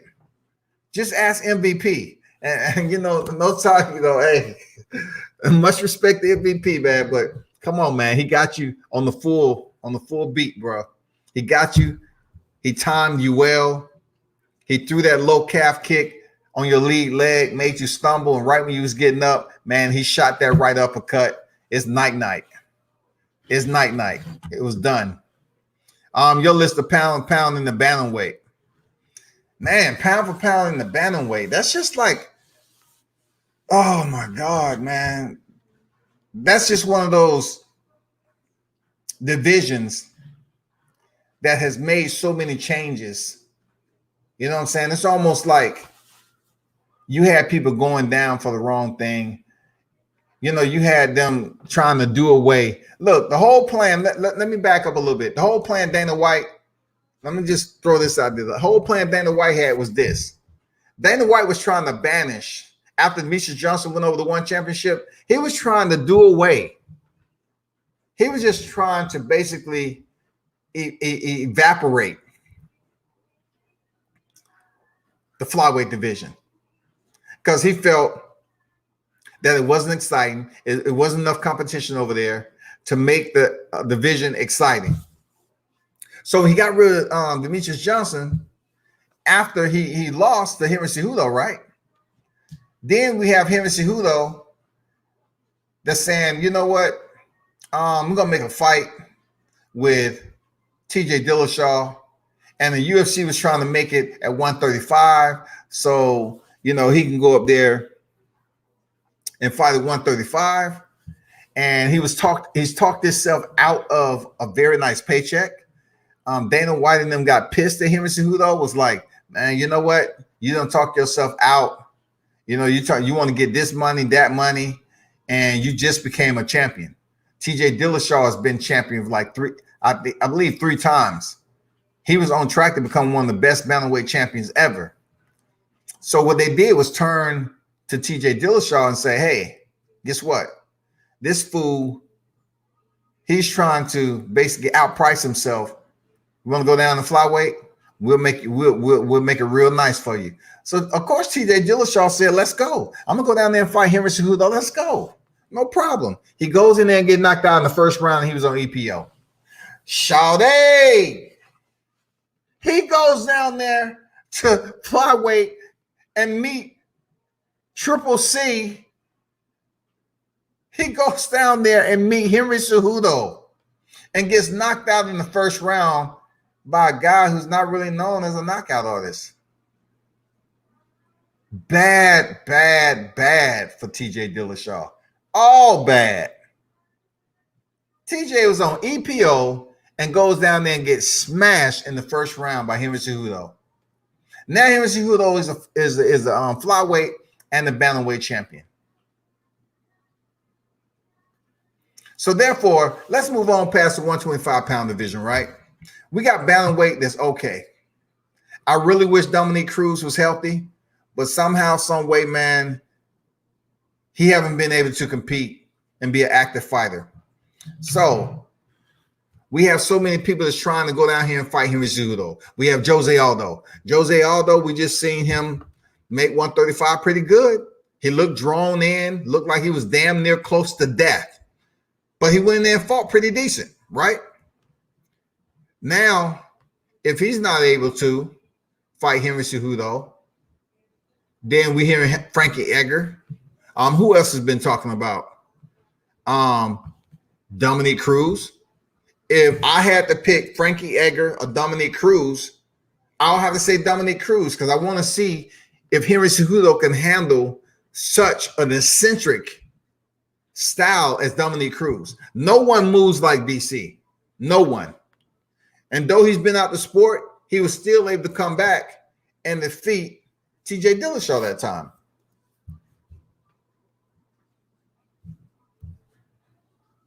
I just don't know how bad off his knees are and his injuries. But I'll definitely like to see DC come back and fight Henry Cejudo. I think the intellect, the cage IQ of DC may be able to teach Henry Cejudo a lesson. I don't know. Seriously, I don't know. But I'm going to be honest with you. I would rather them do away with the flyweight division and the male side of the house and create a 165-pound division.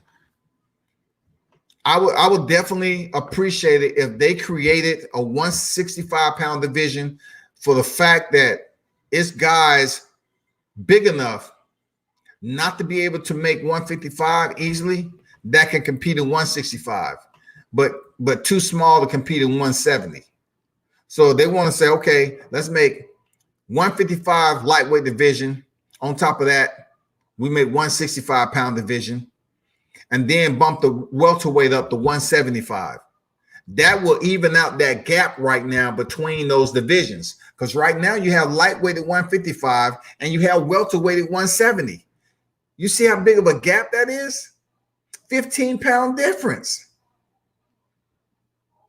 That's crazy. And then 170 to what? 185? What is that again? Close the gaps in those 15-pound difference in between those bigger divisions. Now we can lock that down, put the 165 right there, 175, and then we'll have the 185. That will lock that in real nice, and then we'll start getting some more fighters coming over to the UFC to compete in that 165-pound division. I guarantee it. Seriously.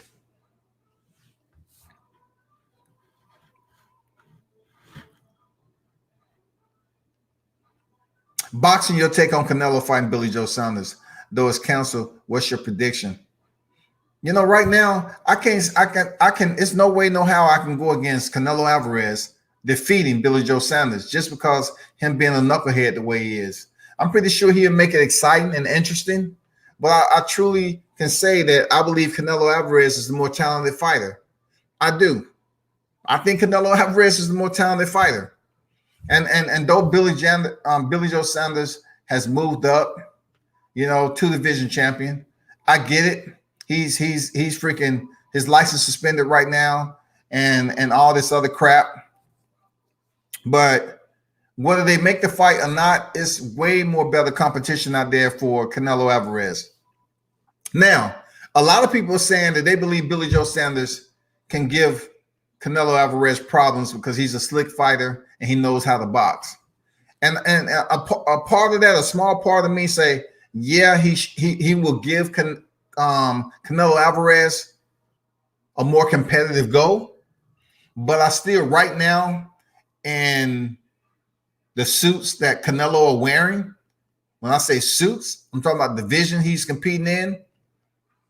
the transportation. The man is traveling like a motherfucker. The man is traveling from this division to the next division. He is a traveling freaking man, and he's doing big things. I can't say Billy Joe Sanders defeat him. But check this out. I got some other news for you there, people. Who have you not seen lately? Gennady Golovkin, right? So Gennady Golovkin was kicked out of the snack program. It was some type of conflict going on with him not following the rules of the snack program. You know, headed by Victor Conte and all this. You know, all these fighters go around here and win snack and shit, but yet they want to act like an interview is that much more important to put so many stipulations on. But you win a person that was part of Balco that went away, money laundering and all this other shit, but you win a sponsor by snack. But anyway, Triple G got kicked out of the snack program. And he hasn't been on social media like that. From what we understand, he was supposed to be goddamn kicking it with Canelo Alvarez for a trilogy sometime soon in the near future. Being that we had this COVID-19, I really don't know how the scheduling is going to take place. But something's going on with Triple G. He's 38 years old, and he got kicked out of the snack program. And I don't know the fine details, but I know a lot of people are happy to see Triple G's downfall. I've always said Triple G was an overrated fighter, but I don't want to wish his downfall like he's going through some shit right now or whatever. All I'm saying is I always said he was kind of overrated fighter when it came down for him campaigning the middleweight all the goddamn lifetime, and his performances from Daniel Jacobs all the way up. I say this is the exposure. Daniel Jacobs exposed him, and from then on, where has consistent knockouts come in?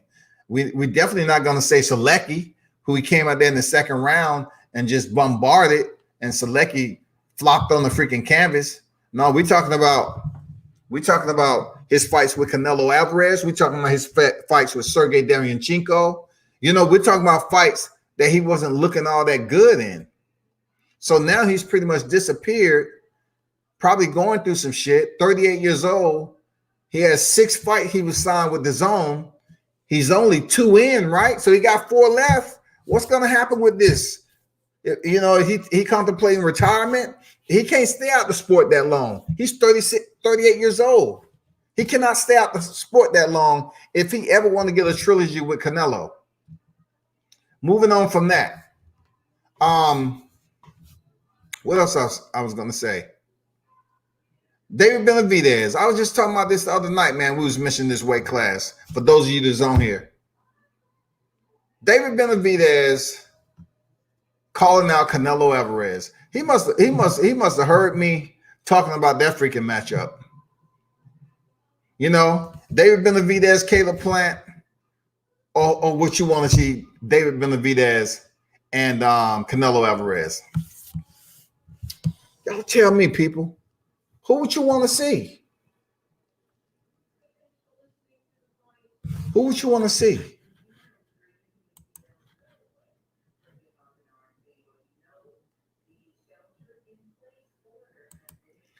So while y'all thinking about that, believe me, I have to take a look because the bantamweight division is not that heavy, y'all.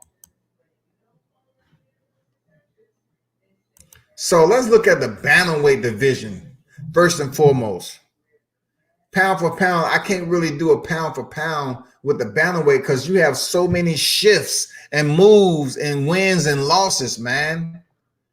So Marlon Moraes, you know he was just recently stopped last year by Henry Cejudo. Before that, Marlon Moraes goddamn head kicked Jimmy Rivera, a switch kick, pow. And before that, god damn it, he fucked my boy up, Aljamain Sterling, with the same switch kick.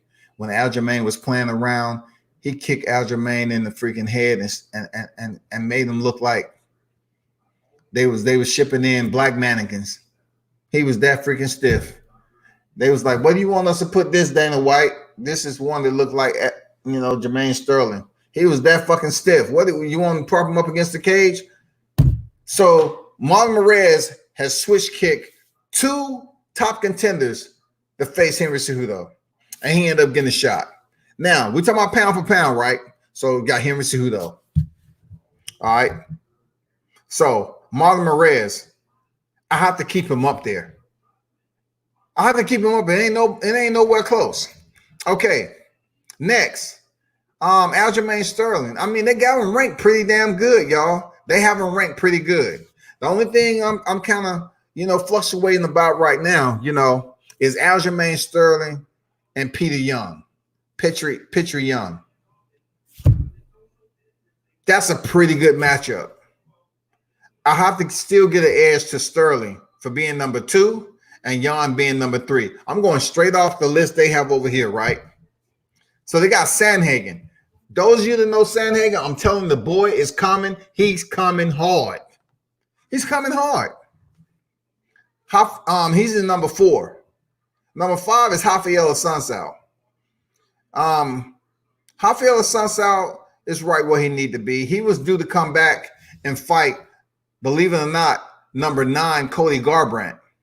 I talked to him recently down here. I do go to the gym. I just don't put it out there.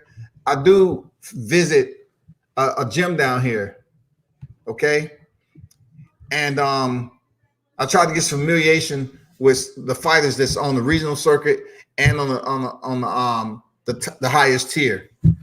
And Rafael Assunção trains down there. I actually got some pictures of him down there. But I just go down there, study the art, mixed martial arts, learn some of the techniques they do. It's brutal. Mixed martial arts training is brutal. But I just don't put it out there. But I got some pictures of Rafael Assunção, and good dude.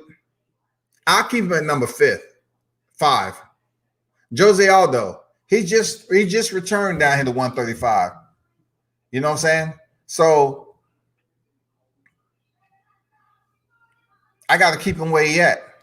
Pedro Munoz, he had his opportunity. He lost to Aljamain Sterling, and he needs to work his way back up. Jimmy Rivera, I just told you that Marlon Moraes, he's stiffing up Jimmy Rivera. He has Jimmy just out. Look, he just has him at the front door of number 8. He's sitting at the back door, rather, of the top 10. So far you have Marlon Moraes number 1, 2 Aljamain Sterling, 2 Peter Young, 4 Corey Sandhagen, 5 Rafael Assunção, 6 Jose Aldo, 7 Pedro Munoz, 8 Jimmy Rivera, 9 is Cody Garbrandt. And Cody went on those 2 back-to-back losing streaks against TJ Dillashaw, and he just had the wrong fight plan, man. He has so much potential when he came back here and put on that display, that beautiful, masterful win against DC. And then number 10 is Rob Font. That's as low as I'm going to go. I'm not even going to touch John Dawson. John Dawson is one of the most boringest fighters, in my opinion, in the UFC. Seriously. No offense, nothing personal. John Dawson is just one of those boring fighters, period. Saul and David Benavidez. Who wins, y'all? Pelly Grosso, what's good? Peace, fam. They already offered Dominique Cruz a title shot for May 9th. Oh, Dom is going to come off the couch and punt Cejudo, a little hobbit-looking ass, into the 3rd row. Hey, listen, Grosso. I know you watch mixed martial arts and you're pretty thorough, right? But if DC punts Henry Cejudo, he'll probably never fight again because his joints are made of freaking rubber bands and soft toilet paper. Man, every time DC comes in here and fight, his knees are jacked up, man. Like he has injury problems. But the dude is extremely talented, yo. But back to what you were saying. If they're going to give DC the title fight with Henry Cejudo, absolutely. It's going to be fire. It's going to be fire because Henry Cejudo can wrestle. Dominique Cruz can wrestle. It's just all about Henry Cejudo's probably kicking those legs and trying to see if he can break DC. And we haven't seen people break DC like that. DC can wrestle. He's he's highly skilled in any area you want to take it. He hits you from these weird angles like he's the drunken master. Seriously, he's the Manuel Augustus, of freaking mixed martial arts. That's DC. He's that guy, man. So for him going in there against Henry Cejudo, giving him a different style, different look, yeah, it's gonna be a damn good fight. I just hope DC doesn't get injured. That's all I'm saying. Tony, is the Fury potato? Is this Fury potato?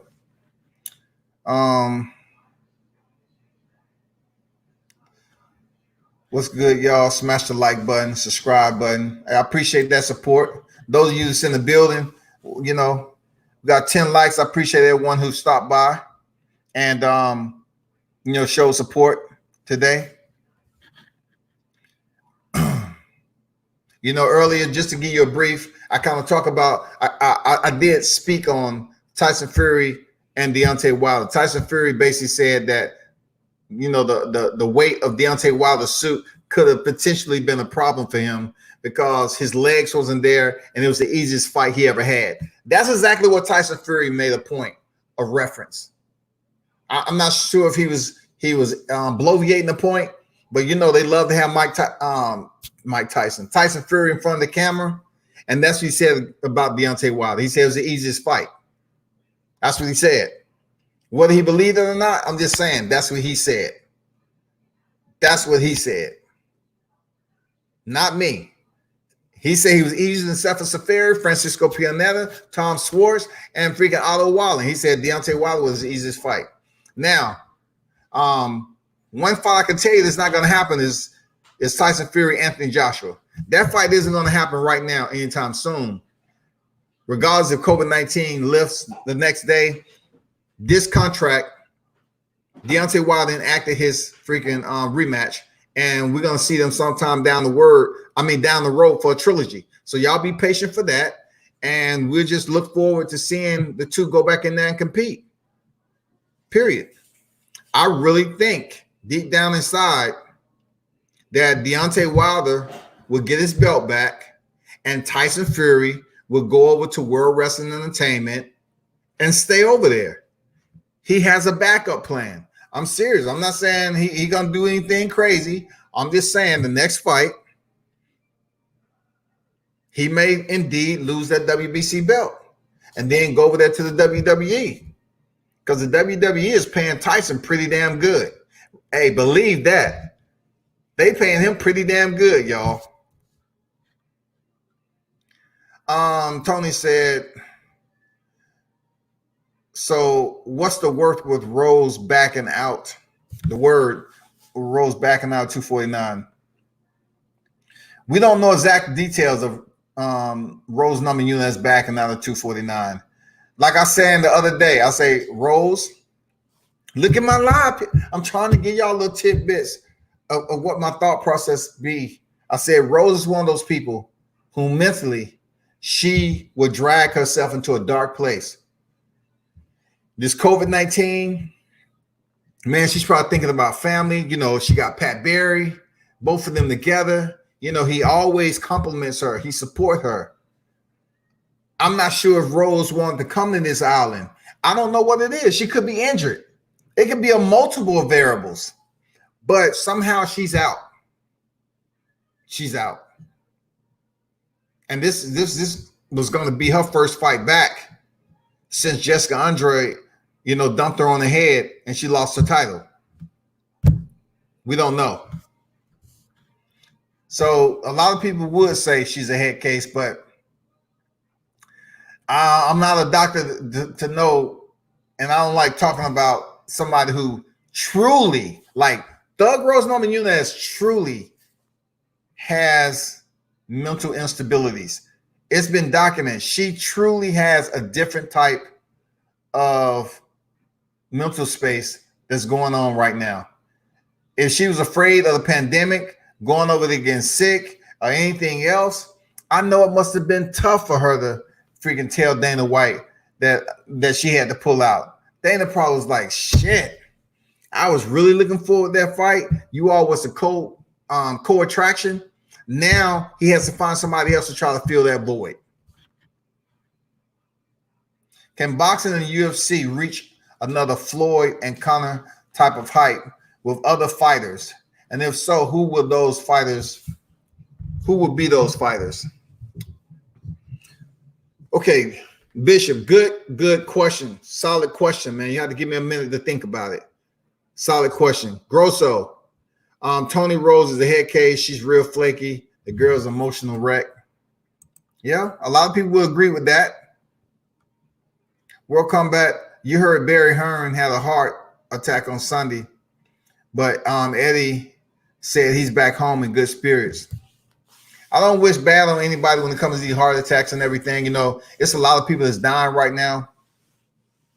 And if Barry Hearn had a heart attack, the older we get, the more health shit's going to happen. That's real talk. The more health shit going to happen. I'm not going to lie. So if he had a heart attack, they have enough money to try to figure it out. If it was natural health problems, clogged arteries, you know, valve, whatever the case may be, they'll figure it out. But even though I don't talk good about, you know, Hearns them, I'm not wishing them any ill will when it comes to their health. I hope he gets better. Seriously, I hope he gets better. Real talk.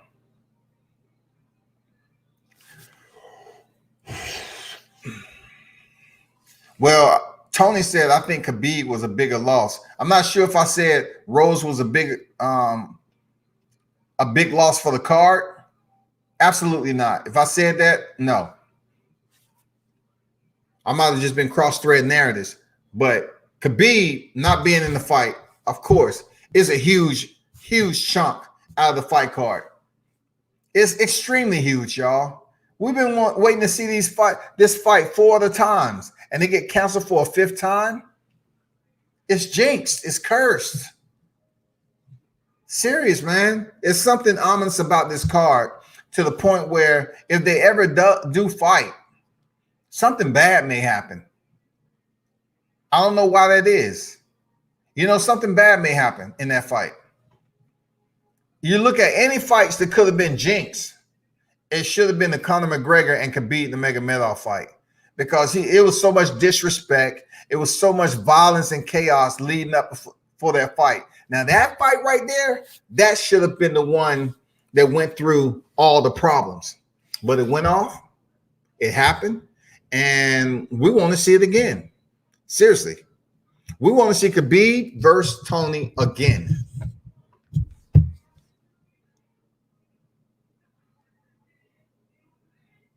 Jordan 6, there's no way boxers will survive in the octagon. Now back to that question. It's only one fight right now. I cannot put it on the female. I mean, on the males. I need to go back up to can boxing and UFC reach each other? Floyd and Conor type of fight.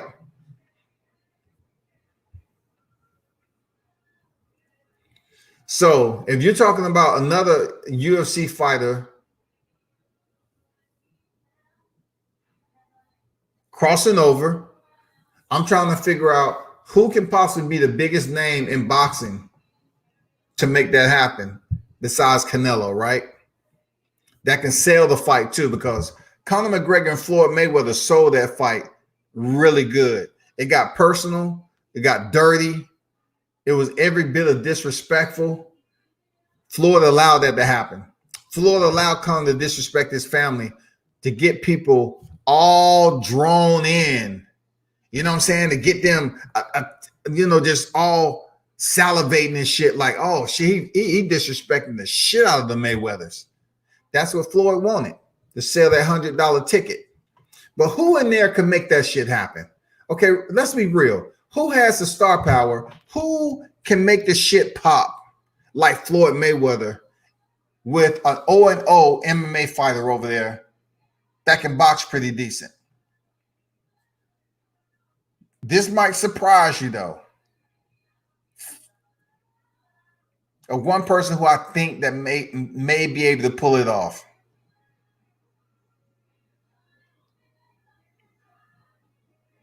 They may be able to do it, man.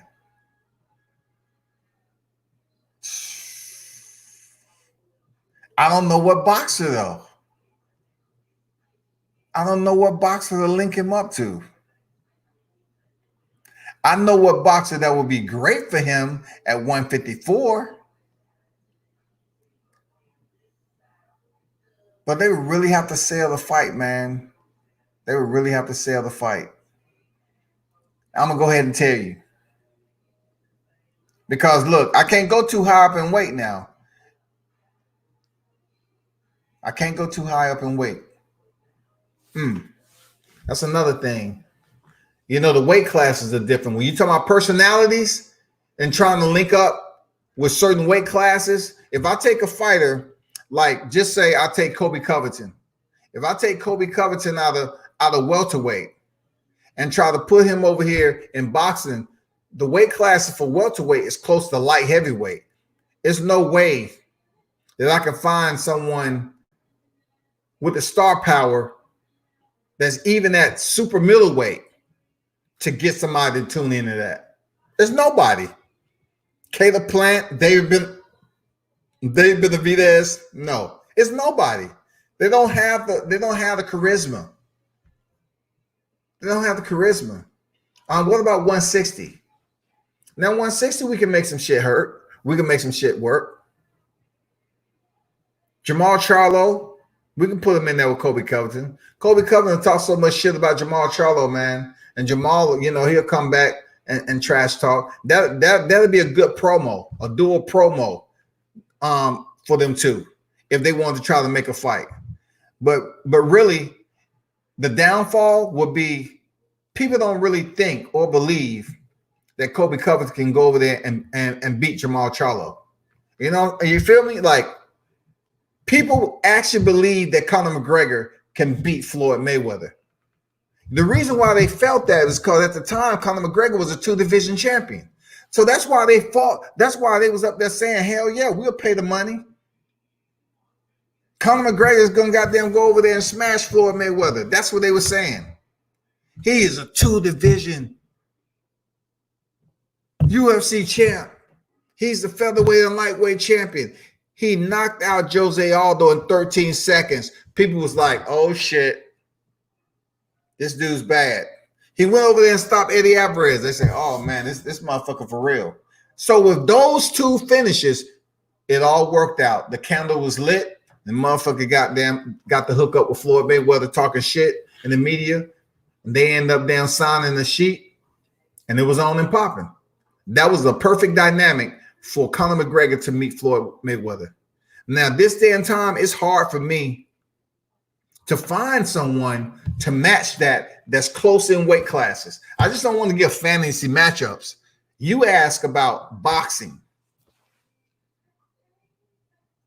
The only two boxers that I can see doing anything like that right now, I mean, boxing MMA, would be the females. It would have to be somewhat like Amanda Nunes and Carissa Shields. Only because they have a history together a little bit. And Carissa Shields is the champ. You know what I'm saying?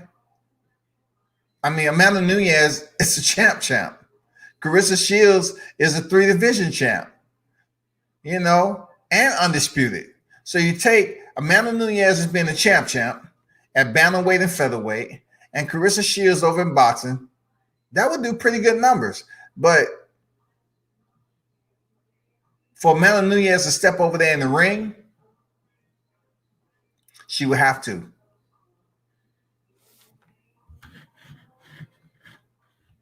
And I'm going to tell you, people, I'll put some money on it too. I think Amanda Nunes can go the distance with Carissa Shields in a 10-round fight.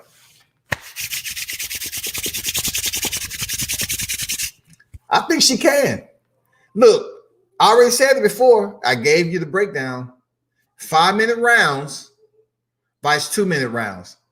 So you're trying to tell me that taking elbows, shin kicks to the head, 4-ounce gloves, you get on some heavier gloves, and your cardio goes down the drain, you don't know how to move. By the time Amanda Nunes get warmed up for each round, the bell ringing.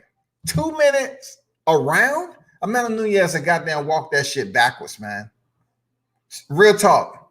I don't give a fuck who on here listening and go back and run and tell whoever. I'll tell you like this. Amanda Nunes go 10 rounds with Claressa Shields. If she cross over into a mixed martial arts fight and go over there with Claressa Shields is for the heavier weight class, so they will have to probably fight the highest. Amanda Nunes as far as 145, right? Featherweight. So they would probably have to fight at 150 something, which Claressa is going to be the bigger fighter. But even with that said, Claressa does not have power. Amanda has power, but it doesn't mean it's going to translate over to the boxing ring. But I truly believe, man, that Amanda Nunes, 5-round fighter, 5 minutes in the round, she transfers over to a 2-minute round. It's going to be lunch. She's going to be able to get through it. I'm not saying she's going to be winning the fight. I'm just saying she'll be able to maneuver herself around the ring enough, to put away some rounds and get up to the 5th round. And from the 5th round on to the 10th, it's going to be like, I'm just going to play it smart, use my intelligence, clinch when I need to clinch. Because the mixed martial artists, they have that great clinch game. She can hold, get a couple of points taken, what I'm saying? Keep fighting and make it to the 10th round for bragging rights and say, you know what? Conor McGregor went 10 with Floyd. He went into the 10th round with Floyd. I went the entire 10 with Claressa Shields on my feet. It can happen, y'all. Don't say I ain't tell you. That's the only fight out of the UFC right now that if anybody's crossing over the boxing to make that, I can't find any male. I can't find no males, man. Like, just say, for instance, I just got to put that out there. Just say, for instance, 135-pound division. All right. So the 135-pound division in mixed martial arts is bantamweight division. The 135-pound division in boxing is lightweight. But that is a freaking heavy ass division. The lightweight division is freaking packed. So you take that particular division against the bantamweight fighters over here in the UFC. Oh yeah, we have another fight because we got some big names in the lightweight division. But who would do it? Who would be a good fighter to do that with? Only fighter that I can think of,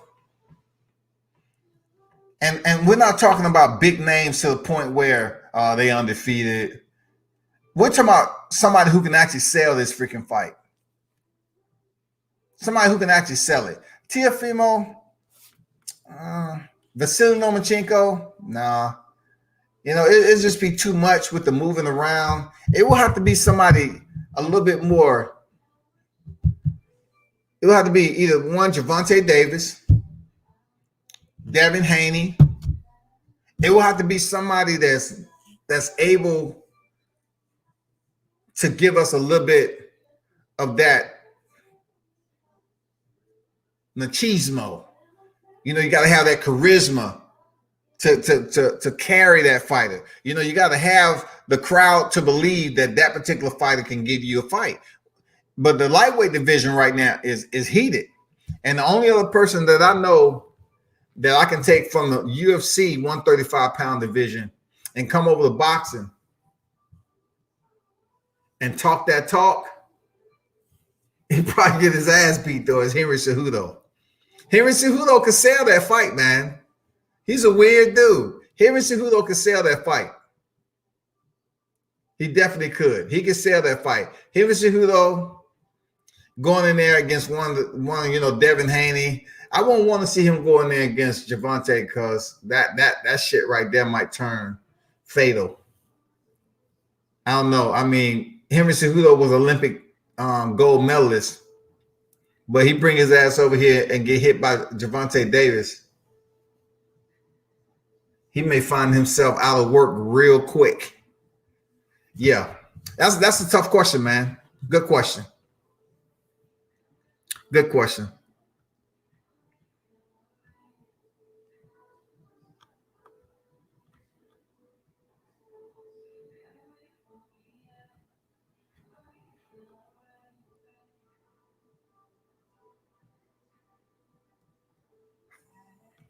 All right, Don, I see you.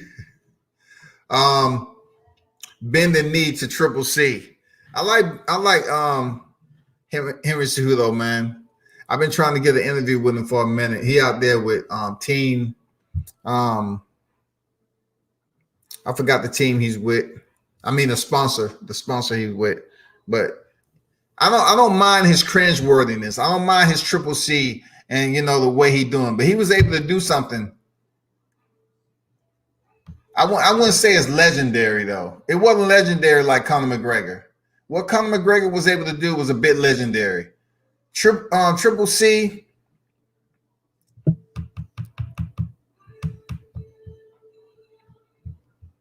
It was okay. It wasn't legendary. Why? Because Dominic Cruz had defeated Demetrius Johnson before bantamweight, and he moved down and he basically went untouched until he was defeated by Henry Cejudo at flyweight. But it took Henry Cejudo 2 years to get back into title contention to get that belt. But what started to put him in this Triple C and bend the knee and all that is when Dana White tried to send TJ Dillashaw down to flyweight to smash him. And he smashed TJ Dillashaw and knocked him out in one round. That has some weight to it, y'all. But like I said before, it's not what Conor McGregor did. Conor McGregor coming off Chad Mendez. Conor McGregor come off 13-second KO of Jose Aldo. Moving up the welterweight, being subbed, then returned to defeat Nate Diaz via decision. Drop back down to 155. Scoop that up with Eddie Alvarez by stopping him. Legendary, dog. That's legendary shit, dog. I'm just keeping 100. That's legendary shit right there. Y'all gotta feel me on that. That is legendary shit by Conor McGregor. Now, granted, the man didn't freaking defend one belt. He went over there and experienced a whole nother freaking lifestyle of living. Look, when I tell you Conor McGregor going over there and getting all the freaking bells and whistles, he got I don't think the carpet was red. I think he got some other type of gold carpet, like Dorothy was walking on, because they let that man go where the fuck he wanted to go. And he earned hundreds of millions of dollars. Man, come on. No wonder he was hesitant about coming back over to the UFC. No wonder he didn't defend the title.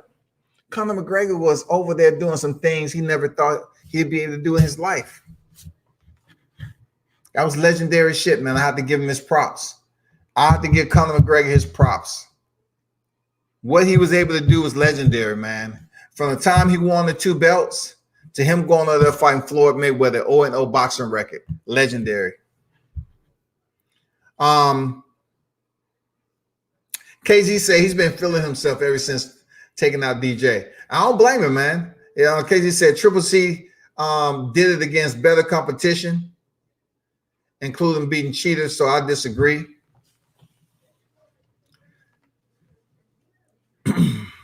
Better competition and TJ Dillashaw. TJ Dillashaw was a one division guy, right? All right, check this out. Why I say when you say you disagree, watch how I break it down. Now, one thing I want you to understand as far as the levels which these guys was on. All right. When Conor McGregor was fighting Jose Aldo, that was the first time he had fought him. When Conor McGregor fought Eddie Alvarez, that was the first time he had fought him. That was the first time he had fought him. Now, you're talking about how long did Jose reign? How long was Jose reigning at that division at 135 at one point? I'm just curious. Like, how long was Jose reigning? At 145, rather. How long? Then you look at how long Jose Aldo was reigning, and you move up to a person like Eddie Alvarez and be like, hey, Eddie Alvarez has held the title in every organization he's been in. That's legendary type shit. That has badges to your resume. So now we go back down to Henry Cejudo. Demetrius Johnson had already whooped him before, dropped him with knees. He had already been in there with DJ. He lost. It took him 2 years to come back and defeat DJ, who he still wasn't able to sub or stop. He won via decision. Right? That's why I put that in the lower echelon than the feat that Conor pulled off. Because Conor fought Jose Aldo at freaking featherweight for the first time and stopped him in 13 seconds. Henry Cejudo went the distance, even though DJ had defended his title 11 times at flyweight. Now, take it. Moving on. TJ Dillashaw, he had lost. TJ Dillashaw had lost, been champion, you know, 2 times before, whatever. Tried to move down there. He got smashed. Plus, he was dirty. So if TJ went up here to face Henry Cejudo for the first time and he lost, I don't see how that trumps out Conor McGregor's feat. I just don't see it because TJ Dillashaw had lost before. TJ Dillashaw lost to Dominic Cruz coming off a 2-year hiatus, homie. Off a 2-year hiatus. TJ Dillashaw lost his belt. How is what Triple C was able to do against that opposition is more legendary than what Conor McGregor was able to do against his opposition when he was picking up his belts? Come on, KZ. I demand more, bro. I demand more, man. You gotta, put the pieces together and shit, man. TJ Dillashaw had lost several times before already. He let DC come back 2 years and take his freaking belt. Just because he got the belt back from Cody Garbrandt, who had the worst fighting style, fight strategy against TJ Dillashaw, then DJ moved down here and gets closed out by Henry Cejudo. I don't find it as something spectacular, man. I don't. But I hear you, man. I hear you. Take some weight off his legacy. McGregor lost to Diaz twice. Diaz got robbed the second fight. No, Diaz, he lost that second fight for sure. Triple C beat the best featherweight fighter ever, then beat a top-ranked cheater. So Triple G defeats Demetrius Johnson a second time. And Demetrius Johnson has defended his title 11 times. Internal to those 11 victories, Henry Cejudo is one of them. I can understand if Henry Cejudo wasn't on the resume, but he is on the resume. He was defeated. It takes some value off. I can see he was meeting DJ for the first time, but he wasn't. He wasn't. But I like your point, man. Hey, talk that shit, man. Triple C beat best featherweight fighter, then beat top-ranked cheater. And Dillashaw, I don't think McGregor ever beat a top fighter in their prime.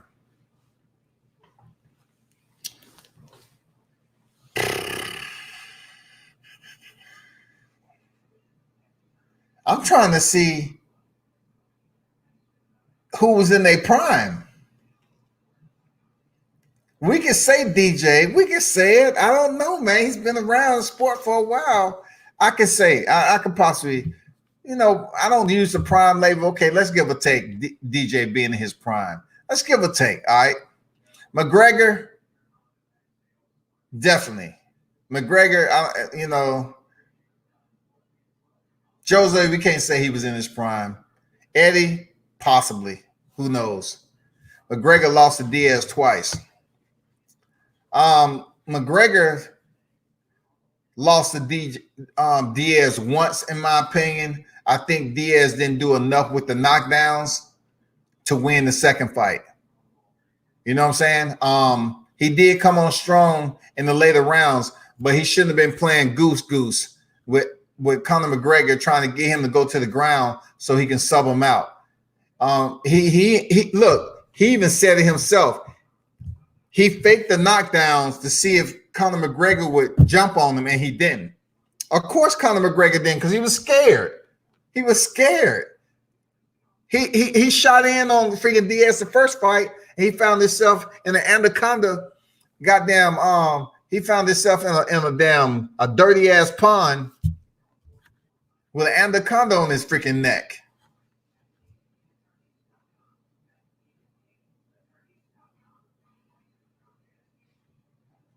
McGregor only beats old heads. Hey man, say what you want about McGregor. I don't really get into all that, whether the fighter was old or whatever, because the UFC is known to recycle. They recycle their fighters all the time. Y'all know that, KZ, Josh, y'all know the UFC recycle fighters that get knocked out all the time. You see in 1 minute, you say, oh man, they ain't coming back from that knockout. Damn, that was a shin kick to the. And what happened 2 or 3 weeks later? Look at Aljamain Sterling. Look at Sterling. Man, he got knocked out stiff. And he came back. Look at the beating Khabib put on freaking Edson Barbosa, Michael Johnson. You say, man, they don't need to come back anytime soon. Yep. They back. They back. Seriously. Look at the knockout, the way Joanna Jędrzejczyk was knocked out by Rose Namajunas. Back. She came back. Look at Darren Till, the way he was smashed by Tyrone Woodley. He came back. They recycle these fighters that's getting knocked out. You do that shit in boxing, it ain't fucking happening, y'all. Man, mixed martial arts be bringing these fighters back to get knocked out, and they be back in the cut like nothing.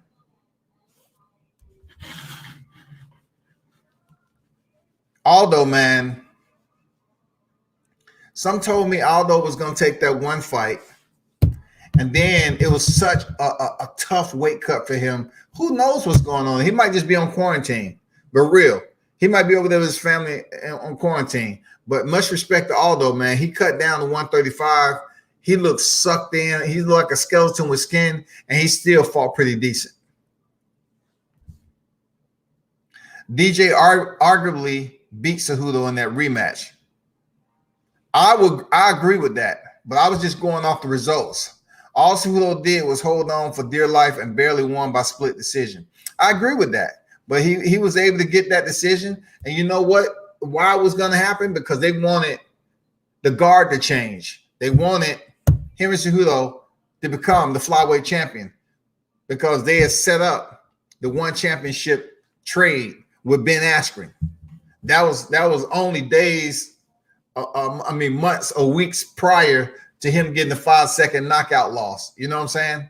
So they wanted to phase out the flyweight. They gave the belt to Henry Cejudo, and then they try to have Henry Cejudo step up there and face TJ Dillashaw, and he talked himself out of a freaking pay period going up there at bantamweight. So they said, you know what? Fuck you, Henry Cejudo. We're going to give all the damn benefits over TJ Dillashaw to drop the 125.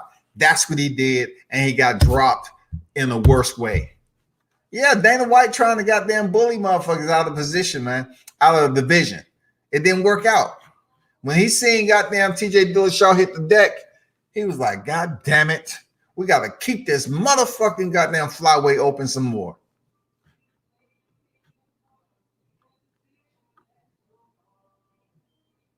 Fighters in their prime have a big part of fighters' legacy. But see, it's hard to determine what fighters in their prime. Everybody says a fighter's in their prime. I don't believe in prime labels. I rarely use prime labels, because fighters with all these losses on that shit, are they in their prime? I mean, they don't have losses here, wins, losses, losses. They still man, it's hard to say who's in their prime. It's hard to say. I will agree that DJ was in his prime when he lost to Henry Cejudo. I would, because he's been to one championship and he's still winning. DJ's still winning. If you can't beat a bunch of 35, 40-year-olds but can beat folks your age, then what does that say about you? Cejudo had better power that fight. I saw that fight. Cejudo learned how to use his weight in that fight. He's a way better fighter now. Absolutely. You know, we even seen it with him and Marlon Moraes. Okay, Marlon Moraes, he was able to fight, and you know, Moraes being a pretty decent kicker, Henry Cejudo ended up changing up the game plan, man, and start going to the body. Once that body attack commenced, it just totally shut down the speed, the agility. It shut down everything. Real talk. It just shut down the movement of Moraes. It slowed him down. And it was almost the exact same thing that happened between Stipe and Daniel Cormier. Facts, y'all. That's facts. But good points, fellas. Good points, KZ, Grosso. Prime matters. KZ, it may matter to you. It don't matter to me. I don't use prime like that. And I don't think it's like no set time you can say somebody's in their prime, you know, because they might be past their prime, but they may still be winning because of the competition they facing.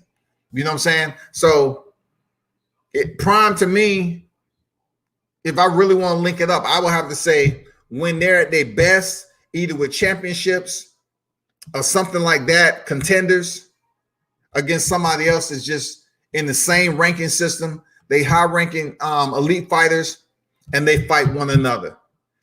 You know, because you can't say somebody's not in their prime if they haven't been in the sport for that long, but yet they winning titles. You know what I'm saying?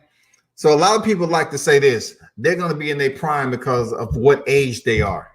Well, that's different for everybody because you have some fighters that's getting it early and some get it later. Can we say that Carissa Shields is in her prime right now?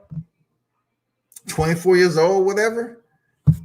I can't say that. Hell to the no. I can't say that. You know, can we say Shakur Stevenson is in his prime right now? Can we say Gervonta Davis is in his prime? Devin Haney, Ryan Garcia? No, we can't say they in their prime right now. They too fucking young, man. They too young. He's completely sunned Marlon Moraes. He did, man. That was a good-ass fight. I was happy that I was able to see Henry Cejudo switch it up. The reason why I appreciate that fight with Henry Cejudo, because he was a gold medal wrestler. So what Henry Cejudo proved that once again, a wrestler can come over here and learn how to be a dynamic striker. He can just use his wrestling as his ace in the hole, his takedown defense, and if he really desperately needed to go in and win some rounds, it's there. He can do it. But he worked on his boxing. He works on his boxing, man. You know, they work on their Muay Thai. They sit up here and totally switch up the game. They already have one of the most phenomenal bases. They got the wrestling. But now they just work on the hands. Same thing with Damian Maia. He had to do it.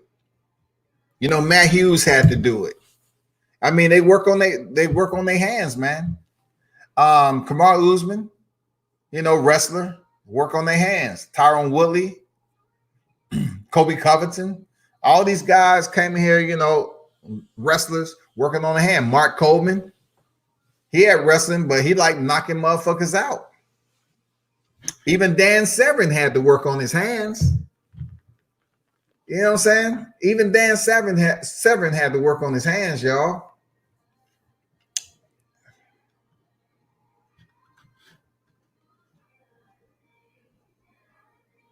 Charles Oliveira, who just fought the blackout fight before all this got shut down. I mean, he looked good on his feet against Kevin Lee. He was getting touched up a little bit, you know what I'm saying? But he looked good. But Kevin Lee, I don't know if he purposely did it. He kind of gave up or not. But he knew it was damn well wasn't a good idea for him to shoot in for a double leg and leave his head all the way on the left hip of Oliveira. And Oliveira just looked around and cinched that bitch up like it was Christmas and wrapped that present and choked his ass out. I don't know if it was on purpose or not.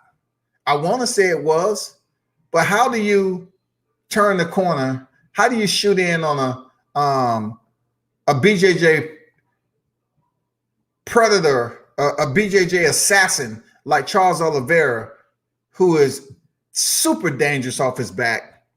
How do you leave your head resting on his hip like that? And Kevin Lee knows BJJ. I don't know what belt he is, but he knows BJJ enough to know that. You shoot in on a double leg and rest your head on somebody's hip like that, like Oliveira, you getting choked out. Can McGregor beat any other prime fighters right now in this weight class? That's a good question everybody's been asking there, KZ. Now, we know for a fact, just going off the last fight, we're not going to add Khabib. That's just a waste of time. It's a waste of time. When it comes to Ferguson, Masvidal, Diaz, I'm not going to say Diaz too much because Diaz knows Conor McGregor pretty damn good. And the same Diaz that went in there and faced Jorge Masvidal, I say he really gives Conor McGregor a run. Seriously, I think he gives Conor McGregor a freaking run if they fall again, because Diaz was looking pretty good. Seriously, the two problems is going to be with Ferguson and Masvidal.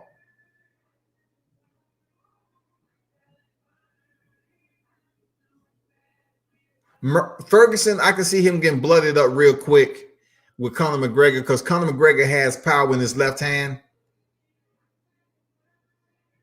I see that fight being stopped from a cut because both of those guys, you know how Conor like to stay postured up long. I mean, his wide stance early on and try to hit with the counter. If he isn't able to knock out Ferguson, he's going to get cut up real bad because I think Ferguson is a lot more versatile when it comes to what he's able to land or what he's able to throw from his skill set, from his arsenal.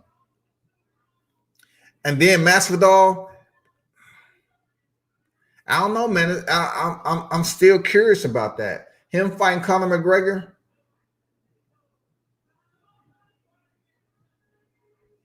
I don't know. I think he'll have success because, you know, Conor McGregor, he won't come in on the clinch like he did with Cowboy Cerrone recently. He won't try to come in on the clinch with Masvidal. It'll be big trouble for him to do that. I think he'll try to keep it standing as much as possible. But the one thing about Conor McGregor that we can always freaking green up is that his cardio sucks. Period. You take him into the latter rounds and you can keep pushing the pace. That's where he may have some serious problems. And we know Diaz pushed the pace. We know Ferguson pushed the pace. We know Masvidal's been in there and his cardio is okay. So his best bet for Conor McGregor may be Masvidal, to be honest. That may be his best bet. Because he said Usman is another beast. Don't think nobody's beating him. I disagree. I absolutely disagree. He might be a Nigerian nightmare, but beast of what? If that's one of your favorite fighters, man, you need to teach him how to promo so he can make more money. Usman's not going to be able to make the big time money because he doesn't know how to promo a fight. He has the worst trash talking of every fighter in there. I'm pretty sure Wally Zhang telling Joanna to shut up is much more enthusiastic, is much more hilarious than Kamaru Usman, anything he even said in the promo. Wally Zhang has better freaking trash talk, man. Kevin Lee don't have much respect for fighters. Yeah, he said he's gonna be gone for several years now. Casey said Ferguson, well, I can't see him putting McGregor in an ankle lock Yeah, man. You know, that'll be a tough fight for Conor McGregor to fuck with somebody like Ferguson. Justin Gaethje is one of my favorite fighters ever since World Series of Fighting. Real talk. I always watched him. I always wanted to, you know, have a chance to interview him. Man, he has a unique style about him. Very tough dude. I'll take him on the battlefield with me any day, man. You know, there's certain fighters that, you know, I'll take on the battlefield and I know they're gonna be that guy. Yeah, Justin Gaethje is that guy. Tony Ferguson is that guy for real. Them some soldiers right there, man. Them some soldiers, man. Conor McGregor, I wouldn't take on the battlefield with me. Real talk. No. Can McGregor even beat him? That'll be a good fight. The only thing I see that's wrong with Gaethje, he doesn't move his head.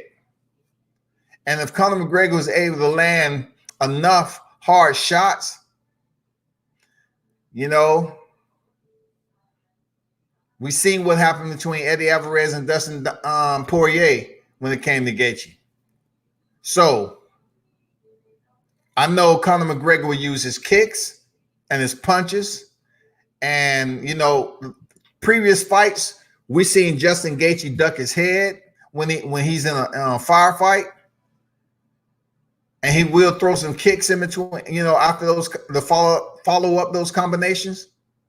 I don't know. It's all about how much punishment Justin Gaethje takes from Conor. Who has more power? Because Justin Gaethje can bang. Gaethje can bang, y'all. Shit, Justin Gaethje can freaking bang, man. But dude, you got to move your head. You got to know when to say, okay, let me step back a little bit. Let me access. Let me take a different angle, use my footwork, lateral movement, man. Be smart about it there, Gaethje. Don't go in here with Ferguson and stand in the motherfucking phone booth. And that shit's already got blood all over the motherfucking walls. Don't stand in there, goddammit. Tony Ferguson, that's what he wants. He wants your shit so blinded you can't even see the shots coming. Usman would sell fight better on mute. Yeah, man. Ripley, you goddamn had an ASL person, a dragoman, interpreter. McGregor definitely smarter than Gaethje, but does McGregor have the heart? That's the issue. Does McGregor have the heart to fight through it? Because we all know he gave up against Nate Diaz, shot in, sub, and then he went in there and did the same thing against Tony Ferguson. I mean, not Tony Ferguson, Khabib Nurmagomedov. He just didn't have any other plan to get Khabib off of him. Khabib kept scooping his legs, tying him up, compressing him, suppressing him. You know what I'm saying? He was just, it was a moment that probably sucked like all to be damned for Conor McGregor. And he just couldn't find what the fuck to do. He's like, shit, I can't do nothing. All the time this dude's on me. He got my legs wrapped up. He's punching me in the face. It ain't shit I can do. But peeps, it's been a pleasure. We should get back on here. I'm telling you, give it this week. We're going to see if anything else happened with UFC 249. Let me see what else. Was there anything else I wanted to talk about? I know it was one other thing I wanted to talk about. What was it?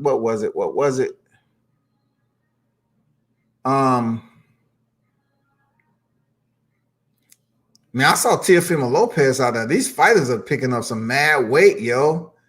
Man, y'all fighters, some of you fighters out there, man, y'all get back on the treadmill or something. Put the fork down.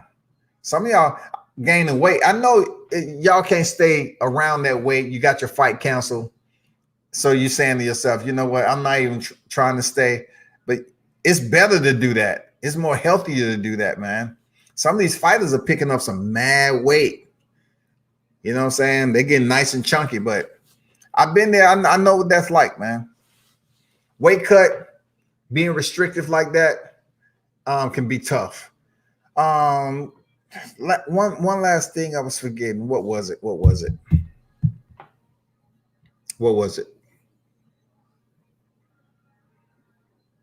Well, we'll see what happened with this.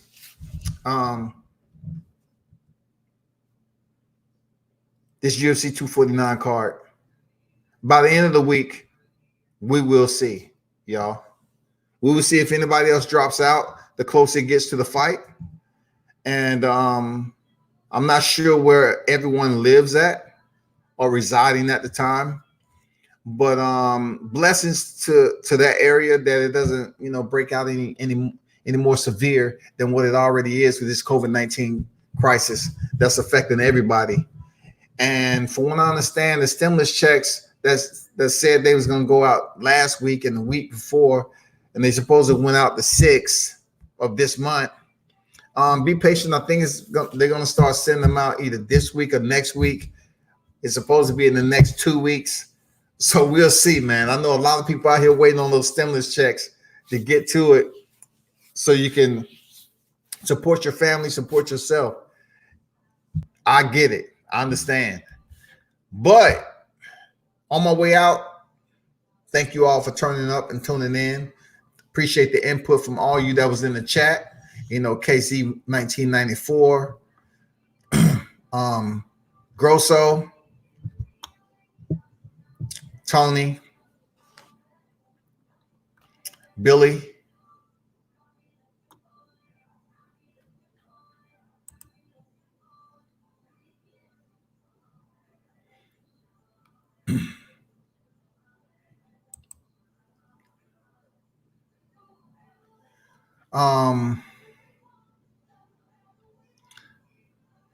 Jordan Bishop,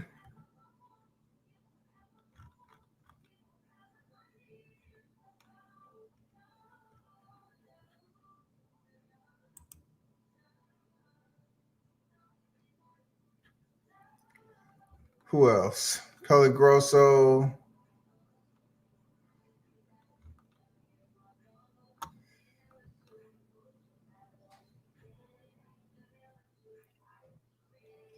Dundada, salute to you, man. Josh Talks UFC. All of you that stopped through. Got some good topics out today. You know what I'm saying? Got some good topics in here.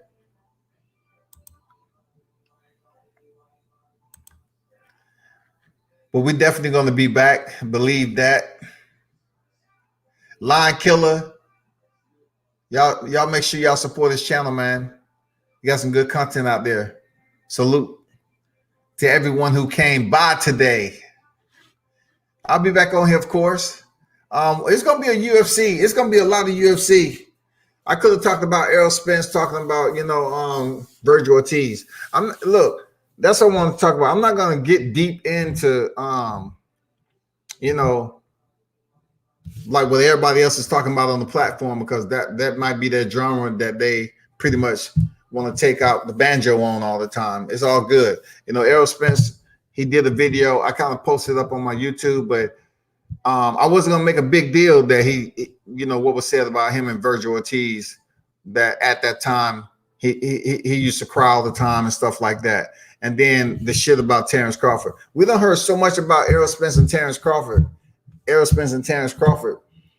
Every time one of them say anything, it stays out here on the media for a week long. And I just think that's redundant as shit. Like, it's redundant as hell to keep on, Errol Spence, all he has to say is like, well, I watched Crawford. I'll stop him. And then it's out here on social media. It's out here on new media for 2 weeks straight, knowing the fight ain't going to happen to 2021, if that. It just gets repetitive. We don't think the fight going to happen anytime soon. So the only thing we can hope for is there anybody else lined up for Terrence Crawford to fight of a big name like a Manny Pacquiao? I truly believe it'll be good for Sean Porter to fight Terrence Crawford. Because why? Why Danny Garcia? Danny Garcia fought Sean Porter. Sean Porter fought Errol Spence and lost. So why not Sean Porter fight Terrence Crawford? He need to fight a top name in welterweight division. He really do. If he ain't gonna fight Errol Spence, he need to fight somebody with some notoriety. And right now, if Errol Spence is coming back, fighting Danny Garcia, all right. I just don't see why though. You know, I just don't see the reason why. If Sean Porter defeated Danny Garcia, why fight a guy who lost to the guy who beat the guy? You know what I'm saying? You beat Sean Porter, that Errol Spence, and Sean Porter beat Danny Garcia. Why? Just because it's a name out there? Man, we want to see some other fights, man. I would rather you fight Manny Pacquiao other than freaking Danny Garcia. The reason being, he has the WBA title. It means something. Even Terrence Crawford. I would rather see Terrence Crawford face Manny Pacquiao. Let's not wait too long and say, you know, Sean Porter, it's his time to come back. So let's throw Sean Porter in the mix again. I don't know. It gets repetitive, bro. It gets repetitive talking about, you know, what one of these two fighters will do to one another. And then 3 or 4 years from now, we're still going to be talking about the money got to be right. You know what I'm saying? Of course the money got to be right. So why isn't it right between you two? Anyway, that's all I got to say about it. The money need to be right. Get it right, goddammit. Get the money right. Seriously, get the money right so we can see you all fight at the best time of your careers and see who's the best freaking welterweight in the world. If they saying Terrence Crawford is one of the best pound for pound, cool. But a lot of people say, you know, Errol Spence is the best welterweight. So one, you know, it's two halves that has to be proven. It's two sides that need to be proven. If you're the best pound for pound, you definitely got to prove it. But right now, Errol Spence is the WBC and IBF unified welterweight champion. So he's the best welterweight right now, per his credentials. You know what I'm saying? What he was able to fight in his last fights. That's make him the best welterweight. You know, he has the Kell Brook. He has the Sean Porter. He has the Danny Garcia, whatever you want to say. Danny Garcia is a 4-division champion, though. You know what I'm saying? So you got to give him his love. You got to show him love because he stepped up there and fought him and dominated him. So you got to show the man love with that. I mean, the resumes mean everything at welterweight. Errol Spence, this has been his basically his home weight class, his home division since his since his 4th fight. He fought 3 times at 154, and then his 4th fight, he dropped down to welterweight. So Terrence Crawford haven't been up here as long, but it's time for them to start mixing this shit up a little bit. It needs to start mixing it up. And some of the media outlets that's out there trying to, you know, that's saying I wasn't a boxing channel because I talk mixed martial arts. I sure do see some of y'all out there trying to talk mixed martial arts right now. Seriously, I see you out there just trying to talk a little bit about mixed martial arts when you was talking shit about World Combat Sports, saying, "Oh, he ain't a boxing channel, he a mixed martial arts." No, I talk both. I talk both. And as much as I want to goddamn stick my finger in the eyeball of one of them clowns out there, you need to do your home. You don't need to talk about mixed martial arts no more, unless you're going to do your research and due diligence to talk on it, because you know very little about the sport. That's all I can say. The shit you be talking about when it comes to mixed martial arts, that shit is hilarious. It's funny. So until next time, people, salute to you all. Turn up and tune in to World Combat Sports. Salute. Be safe out there too.